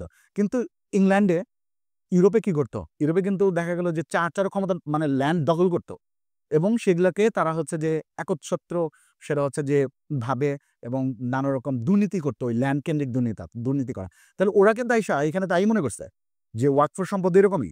সুতরাং তারা তাদের দেশের যে যেভাবে তারা চার্চকে ট্যাকেল করছে, চার্চের যে ল্যান্ডকে ট্যাকেল করছে। সুতরাং এইখানে এসে ইজিপ্টে এসেও তারা কিন্তু ওইভাবে দেখা যায় যে ল্যান্ড লকে তারা চেঞ্জ করে ফেললো। তারপর হচ্ছে জুডিশিয়াল সিস্টেমের ভিতরে ব্যাপক পরিবর্তন আনা শুরু করলো। তো এইভাবে দেখা গেল যে ইজিপ্টে এক ধরনের সেকুলারাইজেশন চললো লর মাধ্যমে। এখন যেটা আরেকটা অংশ হলো এথিক্স। এখন আসবে তিনি এই চ্যাপ্টারের শেষ দিকে আলোচনা করবেন ফ্যামিলি নিয়ে এবং নেশন স্টেট। এই যে আমরা বলছি যে তার এই পুরো বইয়ের সেন্ট্রাল একটা আলোচনা বিষয় হচ্ছে নেশন স্টেট। নেশন স্টেটের কাছে ফ্যামিলি ইজ ভেরি ইম্পর্টেন্ট এবং নেশন স্টেটের কাছে ফ্যামিলির একটা নির্দিষ্ট ধরনের ফ্যামিলি পছন্দনীয়। সেই ফ্যামিলি হচ্ছে তিনি বলবেন যে monogamous nuclear family. Monogamous nuclear family এটা হচ্ছে ন্যাশন স্টেটের প্রিয়। সেটা হচ্ছে যে ফ্যামিলি একটা হলো এক বিয়ে করবে লোকে এবং হচ্ছে যে ফ্যামিলিটা হবে নিউক্লিয়ার ফ্যামিলি। হ্যাঁ, এটা একক পরিবার, যৌথ পরিবার না। এই যেমন আমরা আমাদের রাষ্ট্রেও দেখছি এটা। সেটা হচ্ছে যে ওই যে ছেলে হোক মেয়ে হোক, সেটা হচ্ছে দুটি সন্তানে সেটা হচ্ছে যথেষ্ট, তাই না? এরকম বলা হয়েছে না? আবার পরে আবার বলছে যে না, কোনো সন্তানই যথেষ্ট না, পাশের জনের সন্তান হয়েছে, এটা দেখে সুখে থাকুন। তো এই যে মানে হচ্ছে যে মানে হলো যে এই যে ফ্যামিলিকে নিয়ন্ত্রণ করা, এটা কিন্তু ন্যাশনাল স্টেটে একটা মানে হচ্ছে গুরুত্বপূর্ণ একটা কাজ। কেন কাজ? কারণ হচ্ছে ন্যাশনাল স্টেট প্রধানত ল নিয়ে ডিল করে, আর হচ্ছে ফ্যামিলি ডিল করে হচ্ছে এথিক্স নিয়ে। মরালিটির যে কাল্টিভেশন এটা কিন্তু ফ্যামিলির মধ্যে হয়। সুতরাং ফ্যামিলি সংক্রান্ত একটা কনসার্ন কিন্তু ন্যাশনাল স্টেটের সেটা হচ্ছে থাকলো। এই জন্য ডিভোর্সের নিয়ম, তারপরে হচ্ছে ম্যারিজের নিয়ম, কত বছর বয়সে বিয়ে করা যাবে, এগুলো কিন্তু আছে সব। কত বছর বয়সে বিয়ে করা যাবে, মিনিমাম ম্যারিজ এজ, এসব রাষ্ট্রকে ঠিক করে দিতে হয়। তাহলে এই যে আমাদের যে ইন্টিমেট পরিসর, এই ইন্টিমেট পরিসরে রাষ্ট্র সেটা হচ্ছে ঢুকে পড়লো আর কি, তাই তো? তার মানে আমাদের মরালিটিকেও সে হোমোজেনাইজ করে ফেলতে চাচ্ছে, কিন্তু আবার ফ্যামিলির গুরুত্ব সে স্বীকার করতেছে এবং ফ্যামিলিকে আবার লিমিটও করে দিচ্ছে যে ফ্যামিলি মরালিটি এথিক্সের চর্চা করবে, মরালিটির চর্চা করবে, কিন্তু এই ধরনের ফ্যামিলি ন্যাশনাল স্টেটের জন্য পছন্দনীয়। এই ধরনের এবং একটা নিয়ন্ত্রণ, যেমন বলা হয় যে ধর্ম সবসময় মানুষকে বাধা দেয়, ধর্ম সবসময় মানুষের স্বাধীনতাকে সংকুচিত করে। তালাসা দেখাবেন এবং আরো অন্যান্য চিন্তাবিদরাও দেখাবেন যে সেকুলার স্টেট যে পরিমাণ কনস্ট্রেইন, যে পরিমাণ ফ্রিডম কার্টেলিং এর মধ্যে দিয়ে যায়, ইতিহাসে এরকম কার্টেলিং এর উদাহরণ আর নাই। তাই তো আমরা যারা হচ্ছে বিদেশে গেছে দেখবে যে মানে হচ্ছে কি পরিমাণ সেটা হচ্ছে নিজের সেটা হচ্ছে আইডি কার্ড, নিজের ন্যাশনাল আইডি দেখাতে হয়, নিজের পাসপোর্ট ইত্যাদি ইত্যাদি দেখানো হয়, তারপরে বার্থ রেজিস্ট্রেশন করতে হয়, ডেথ সার্টিফিকেট দিতে হয়, তাই তো? তারপরে হচ্ছে যে অফিসে নানাভাবে কাগজপত্র, তাই তো? তাহলে এই যে দেখা যায় যে আমাদের প্রতিনিয়ত কিন্তু সেটা হচ্ছে মডার্ন ন্যাশন স্টেট আমাদের স্বাধীনতাকে সংকুচিত করতেছে। বিভিন্ন ইনস্টিটিউশনে যাওয়ার মানে হচ্ছে চাকরির আবেদন, নানা রকম ডকুমেন্টেশন, নানা রকম কর্মবিভাগ, একটা ব্যাপক সেটা হচ্ছে ব্যুরোক্রেটাইজেশন এবং ডকুমেন্টেশন প্রসেসের মধ্য দিয়ে মডার্ন ন্যাশন স্টেটের মধ্যে আমাদের ফাংশন করতে হয়। তাহলে প্রি মডার্ন স্টেটে কিন্তু ব্যাপারগুলো এরকম ছিল না। আরেকটা জিনিস আমাদের মনে রাখতে হবে, তিনি কিন্তু যে এরকম ছিল না তার মানে খারাপ, আর এরকম আছে তার মানে ভালো। এরকম ভালো খারাপের যে সেটা হচ্ছে যে বাইনারি ক্যাটেগরি এখানে কিন্তু তিনি এই আলোচনার মধ্যে ব্যবহার করতেছেন না। তিনি জাস্ট এক্সপ্লোরেশন করতেছেন, অন্টোলজিক্যাল এক ধরনের ব্যাপার যে কি আছে এবং সেটার মানে হচ্ছে তিনি খুলে সেটা হচ্ছে এবং এটার ভেতরে কন্ট্রাডিকশনগুলোকে সেগুলো দেখাচ্ছেন। তাহলে কথা ছিল যে সেকুলারিজম বা সেকুলার লাইফ এক ধরনের স্বাধীনতা দিবে। হ্যাঁ, স্বাধীনতা, কারণ সেকুলার যে কনসেপ্টটা, এখানে কয়েকটা কনসেপ্ট আছে, যেমন এনলাইটেনমেন্ট, তারপরে এখানে আছে হচ্ছে যে এই এক ধরনের হচ্ছে রেনেসার যে হিউম্যানিজম সেটা আছে, তারপরে হচ্ছে হেগেলের যে সেটা হচ্ছে হিস্ট্রির ধারণা। এখানে মানে এই সমস্ত ধারণাগুলো ইউরোপিয়ান যে সেকুলারিজমের যে কনসেপ্ট এটা গঠন করছে। যে হেগেল তিনি বলতেছেন যে হিস্ট্রি হচ্ছে একটা র্যাশনাল প্রসেসে সেটা হচ্ছে আগাবে এবং হচ্ছে রাষ্ট্র হচ্ছে আমাদের র্যাশনালাইজেশনের বা রিজনিং প্রসেসের একটা সেটা চূড়ান্ত রূপ এবং আমাদের সমস্ত রাজনৈতিকতার লক্ষ্য হচ্ছে ফ্রিডম। হ্যাঁ, তাহলে ফ্রিডম, এই যে আমাদের ফ্রিডমটাই হচ্ছে যে সমস্ত রাজনৈতিক তত্ত্বের প্রধান আলোচ্য বিষয়। তাহলে রিলিজিয়ন আমাদের ফ্রিডমকে কাটিল করে, তাহলে মডার্ন ন্যাশনালিস্টিক কি করে? মডার্ন ন্যাশনালিস্টিক তিনি দেখাচ্ছেন যে ফ্রিডমকে যে পরিমাণ কনস্ট্রেইন করে অন্য কোনো কিছু এতটা কনস্ট্রেইন সেটা হচ্ছে ইতিহাসে আর এতটা ঘটে নাই। পাওয়ার এক্সারসাইজ, ফুকোকে তিনি নিয়ে আসবেন এবং তিনি মূলত কিন্তু ফুকোল্ডিয়ান, যখন ফুকো পাওয়ারের ৩টা প্রকারের কথা বলছেন, একটাকে বলা হবে হচ্ছে যে একটাকে বলা হবে সোভরেন পাওয়ার, একটাকে বলা হবে ডিসিপ্লিনারি পাওয়ার, আর বলে বায়ো পাওয়ার। সোভরেন পাওয়ার মানে হচ্ছে যে রাজা, সেটা হচ্ছে যে মানে হচ্ছে সর্বময় ক্ষমতার সেটা হচ্ছে অধিকারী থাকবে, একদম পাবলিক ফ্লগিং, পাবলিক পানিশমেন্ট, তাই তো দেওয়া হবে। মানে এটা হচ্ছে যে এক ধরনের সোভরেন পাওয়ার। আরটা হচ্ছে ডিসিপ্লিনারি পাওয়ার, জেলখানার মধ্যে সেটা হচ্ছে দেহটাকে বন্দি করে রাখা হবে, একটু উপর থেকে প্যানপটিকন, তাই তো দেখবে যে কি করা হচ্ছে। এরকম একটা নজরবন্দি একটা পরিস্থিতির মধ্য দিয়ে একটা শাস্তির নতুন ধরন, যেটাকে শৃঙ্খলাবদ্ধ করে একটা নিয়মের মধ্যে দিয়ে একটা শাস্তির যে একটা প্রক্রিয়া। তাহলে এই প্রক্রিয়া কিন্তু মডার্ন স্টেটের একটা সেটা হচ্ছে ব্যাপার। যদিও মডার্ন স্টেট বায়ো পাওয়ারকেও এক্সারসাইজ করে, হ্যাঁ, সে পপুলেশনদেরকে হেলথ নিয়ে কনসার্ন থাকে, সে এডুকেশন পলিসি করে, এবং এর মধ্য দিয়ে সে রাষ্ট্রের প্রতি যে বশ্যতা জনগণের, সেই বশ্যতাকে নিশ্চিত করে এবং ডোসাইল সিটিজেন তৈরি করে।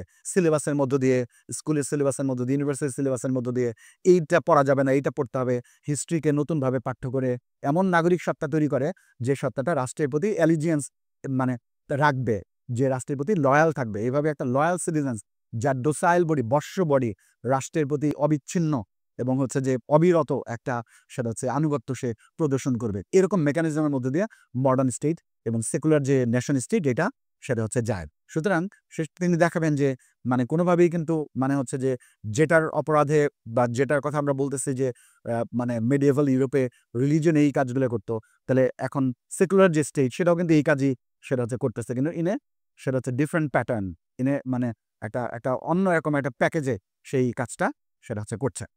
তো এইভাবে সেটা হলো যে সেই আলোচনাটা সেটা হচ্ছে আমাদের সামনে নিয়ে আসছেন। তো এখন আমি সেটা হচ্ছে যে শেষ করে নিয়ে আসবো, এরপরে সে আলাপ আছে আমরা শুনবো আসিফ মাহমুদের। তো এখন আমি ছোট আরেকটা, হ্যাঁ চলবে, আচ্ছা আচ্ছা আচ্ছা, ঠিক আছে, ওকে। তাহলে মানে হচ্ছে এরপরে আমি যে শেষ চ্যাপ্টার নিয়ে কথা বলবো, এটা হলো যে এটা হচ্ছে সেকুলারিজম যে এটা মানে পার্টটা, এটা সেটা হচ্ছে সেকেন্ড চ্যাপ্টার, মানে 5th চ্যাপ্টার পুরো বইয়ের, মুসলিম as a religious minority in Europe. তো এখানে একটা ইন্টারেস্টিং ব্যাপার হচ্ছে কি, যে তিনি বলতেছেন প্রথম লাইনেই, এই এসেটার প্রথমেই বলতেছেন যে সেটা হলো যে ইউরোপে মুসলমানরা একই সাথে প্রেজেন্ট এবং একই সাথে অ্যাবসেন্ট, একই সাথে প্রেজেন্ট এবং একই সাথে অ্যাবসেন্ট। কারণ হচ্ছে ইউরোপের যে ধারণা নির্মাণ করছে, সেই ধারণার মধ্যে মুসলিমরা আসলে নাই, এবং মুসলিমদেরকে ইউরোপিয়ান পরিচয়ে মানে হচ্ছে রিপ্রেজেন্ট করা সম্ভব কিনা, এই প্রশ্নটা নিয়ে তিনি ডিল করবেন। এবং এই প্রশ্ন নিয়ে ডিল করতে যেয়ে তিনি কয়েকটা ক্যাটাগরি আলোচনা করবেন। তিনি ইউরোপিয়ান আইডেন্টিটির প্রশ্ন নিয়ে আসবেন, ইউরোপ বলতে কি বোঝায়, এই আলোচনাটা এবং এই নির্মাণটা কিভাবে হাজির করা হয়েছে পৃথিবীর সামনে সেটা আলোচনা করবেন। এবং সেটা হচ্ছে যে ইউরোপিয়ান সিভিলাইজেশনের সাথে ইউরোপিয়ান আইডেন্টিটির যে সম্পর্ক সেটা আলোচনা করে তিনি দেখাবেন যে ইউরোপিয়ান আইডেন্টিটির মধ্যে মুসলিমস আর এক্সটার্নাল। এখানে তিনি বলবেন যে ইউরোপিয়ান আইডেন্টিটিতে যুক্ত হচ্ছে মূলত ইউরোপিয়ান সিভিলাইজেশনের সাথে। মুসলমানরা যতই ইউরোপে বসবাস করুক না কেন, তারা হচ্ছে এবং যতই এই যে কখনোই মুসলিম ইমিগ্রেন্টরা ইউরোপিয়ান হতে পারবে না, মুসলিম ইমিগ্রেন্টরা কখনো ইউরোপিয়ান হতে পারবে না। শুধু ইউরোপের ভূমিতে, মানে Europe is not just a territorial সেটা হচ্ছে আইডেন্টিটি। ইউরোপ কখনোই শুধুমাত্র ভৌগোলিক একটা পরিচয় না, মানে ইটস আ সিভিলাইজেশন, এটা হচ্ছে একটা সভ্যতা। এই সভ্যতা গড়ে উঠছে হচ্ছে, তিনি বলবেন আরেকজনের বরাত দিয়ে বলবেন যে এই যে সেটা হচ্ছে ইউরোপিয়ান যে সিভিলাইজেশন, এটা গড়ে উঠছে কয়েকটা ঐতিহাসিক মোমেন্টের মধ্য দিয়ে। হ্যাঁ, একটা ঐতিহাসিক মোমেন্ট হচ্ছে তিনি বলবেন যে রোমান এম্পায়ার। হ্যাঁ, এইটা একটা ঐতিহাসিক মোমেন্ট ইউরোপিয়ান সিভিলাইজেশনে। আর হলো খ্রিস্টানিটি, আর হলো এনলাইটেনমেন্ট। খ্রিস্টানিটি সেটা হচ্ছে এনলাইটেনমেন্ট, তারপর হচ্ছে রোমান এম্পায়ার, এগুলো হচ্ছে। এবং মজার ব্যাপার হচ্ছে এবং মজার ব্যাপার হচ্ছে যে এই যে রোমান এম্পায়ার, খ্রিস্টানিটি, তারপর এনলাইটেনমেন্ট, এইটার মধ্য দিয়ে কিন্তু মুসলিম ইমিগ্রেন্টরা যায় নাই। সুতরাং এইটাকে যদি আমরা কি ইনফ্লুয়েন্স বলি, প্রধান সেটা হচ্ছে উপাদান বলি ইউরোপিয়ান সিভিলাইজেশনের মধ্যে, তাহলে এই যেহেতু সেটা হচ্ছে মুসলিমরা এই সিভিলাইজেশনাল এসেন্সের মধ্যে মুসলিমরা ছিল না, সুতরাং they don't belong to European civilisation. এবং ইউরোপিয়ান আইডেন্টিটি যেহেতু ইউরোপিয়ান সিভিলাইজেশনের সাথে সম্পর্কযুক্ত, সুতরাং মুসলিমরা ইউরোপিয়ান না। কারণ ইউরোপিয়ান সিভিলাইজেশনটা মুসলিমদেরকে এক্সক্লুড করে এবং সেটা হচ্ছে মুসলিমদেরকে সহ্য করার কথা বলে। হ্যাঁ, এবং কোএক্সিস্টেন্স, এখানে বলবেন তিনি coexistence can be envisaged between us and them. তাহলে মুসলিম এবং সেটা হচ্ছে যে ইউরোপিয়ান যারা, তাদের মধ্যে কোএক্সিস্টেন্স হবে, কিন্তু আমরা তারার মধ্যে কোএক্সিস্টেন্স যেমন হয় তেমন। এবং ওইখানকার যারা লিবারেল এবং যারা খুব মানে হচ্ছে যে এক্সট্রিম রাইট, তারা সবাই এই ব্যাপারে একমত যে মুসলিমস আর এক্সটার্নাল টু ইউরোপিয়ান আইডেন্টিটি। এবং তাদের মধ্যে যে বিতর্কটা সেটা হচ্ছে যে লিবারেল এবং এক্সট্রিম যে কি বলা হয় রাইটিস্ট, তাদের মধ্যে বিতর্কটা হচ্ছে যে এদেরকে কতটুকু সহ্য করা হবে, হোয়াট কাইন্ড অফ টলারেশন, হ্যাঁ, ইট কলস ফর, এটা আর কি ইউরোপিয়ান আইডেন্টিটি। তার এই ব্যাপারগুলো হচ্ছে, তাহলে এখানে আমরা দেখলাম যে সেটা হচ্ছে ইউরোপে, এখানে তিনি দেখাচ্ছেন যে সেটা হচ্ছে যে ইউরোপে, এবং তিনি আবার তিনি বলতেছেন, খুব দারুণ একটা কথা বলছেন, যে ইউরোপিয়ান যে আইডেন্টিটি, ইউরোপিয়ান যে আইডিয়া, এই আইডিয়াটাকে সেটা হচ্ছে প্রতিষ্ঠা করবার জন্য ন্যারেটিভ অফ ইউরোপ চালু করতে হয়েছে। একটা হচ্ছে আইডিয়া অফ ইউরোপ, আর হচ্ছে ন্যারেটিভ অফ ইউরোপ।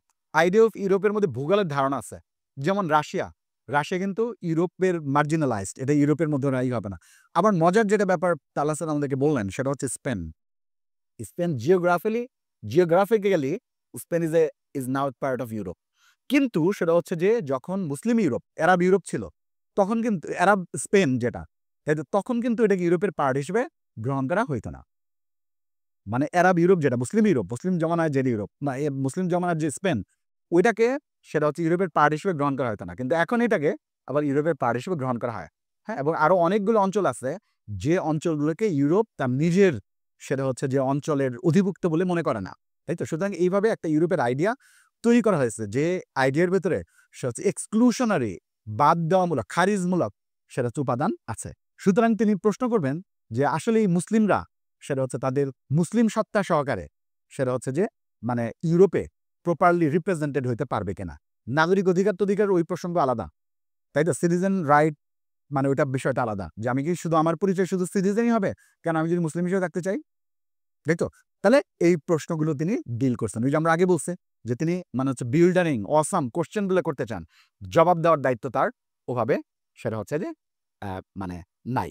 তো তো যাই হোক, তো আপাতত এই পর্যন্ত আর কি আমরা তালাসাদ সম্পর্কে এই বইটা নিয়ে আলোচনা করলাম। তবে এই বইটার প্রত্যেকটা চ্যাপ্টার এমন কিছু আলোচ্য বিষয় আছে যেটা আসলে হচ্ছে যে অনেকক্ষণ ব্যাপী সেটা হচ্ছে আলোচনা করবার মতো বিষয়, যেটা আমাদের প্রিয় রাকিব বলল যে এখানে অনেক প্যাসেজ আছে যেটা নিয়েই আসলে অনেকক্ষণ সেটা হচ্ছে কথা বলা প্রয়োজন। আসলেই তাই, এতটুকু আমাদের আলোচনা আমরা করতে পারলাম। তো আমাদের সামগ্রিক আলোচনার মধ্যে সেটা হচ্ছে সেকুলার যে ক্যাটাগরি, সে যে হচ্ছে যে এক ধরনের রিলিজিয়ন সংক্রান্ত নতুন ধারণা বাজারজাত করে, সেই আলোচনাটা আমরা করলাম। এবং যে ধরনের বাইনারি ক্রিয়েট করে সেটা হচ্ছে সেকুলারিজম, সেই বাইনারিগুলো নিয়ে আমরা কথা বললাম। এবং সেটা হচ্ছে ন্যাশনাল স্টেটের যে সর্বগ্রাসী যে চেহারা, যে চেহারার মধ্যে আমাদের ব্যক্তিগত জীবনের কোনো কিছুই বাদ থাকে না, সেই বিষয়গুলো নিয়ে আমরা আলোচনা করলাম। এবং আরেকটা শেষ কথা সেটা হচ্ছে যে ইসলামের সাথে তাহলে স্টেটের সম্পর্কটা কী হবে। তালাসাদ এটা নিয়ে খুব দারুণ আলোচনা করছেন, হচ্ছে যে Mohammad Asad between politics and religion, এই যে একটা এসে আছে তার, ওইখানে তিনি মানে বিস্তারিত আলোচনা করছেন। এবং এই বইয়ের মধ্যে হিন্টস দিচ্ছেন এইটুকুতে যে যারা ইসলামিস্ট, তিনি বলতেছেন যারা ইসলামিস্ট তারা হচ্ছে ন্যাশনাল স্টেটের কাঠামোর মধ্যে সেটা হচ্ছে ইসলাম প্রতিষ্ঠা করতে চায়। ন্যাশনাল স্টেটের কাঠামোর মধ্যে তারা ইসলাম প্রতিষ্ঠা করতে চায়। ন্যাশনাল স্টেটের সমস্ত কাঠামোকে অক্ষত রেখে শুধুমাত্র আমরা ইসলাম ঢুকে যদি আমরা দেই, তাইলে এটা ন্যাশনাল স্টেটই থাকবে এবং মডার্ন স্টেটই থাকবে, এটার ইসলামী স্টেট হবে না। এটা হলো তার কথা। এবং এটা বিস্তারিত তিনি যে মোহাম্মদ আসাদ বিটুইন সেটা হচ্ছে রিলিজিয়ন অ্যান্ড পলিটিক্স, ওইটার মধ্যে তিনি আরও বিস্তারিত তিনি বলতেছেন যে আমরা যদি সেটা হচ্ছে যে এই ন্যাশনাল স্টেটের কাঠামোর মধ্যে সেটা ইসলামকে ঢুকাই, তাহলে সেটা হচ্ছে সোভরেন্টি যেটা সেটা স্টেটেরই থাকবে, ওইটা আসলে গডের হবে না। কারণ হচ্ছে ন্যাশনাল স্টেটের কাঠামোর মধ্যে বিভিন্ন রিলিজিয়াস বিলিফের মধ্যে যখন দ্বন্দ্ব হবে, তখন রাষ্ট্রকে ইন্টারভেনশন করতে হবে। সুতরাং রাষ্ট্র ধর্মের উপরেই চলে যাবে। সুতরাং এই যে একটা ক্রাইসিস ন্যাশনাল স্টেট কাঠামোর মধ্যে সেটা হচ্ছে ইসলামকে সেটা হচ্ছে ইনকর্পোরেট করা, এই ক্রাইসিসের তিনি আলোচনা এখানে একটু আমাদের স্পর্শ করে সেটা হচ্ছে গেছেন। তো আপাতত আমাদের আলোচনা শেষ হলো। তো সবাই আপনারা আমাকে সহ্য করলেন এবং কষ্ট পেয়ে শুনলেন। তো এই জন্য অনেক ধন্যবাদ জানাচ্ছি সবাইকে। হ্যাঁ, আসসালামু আলাইকুম।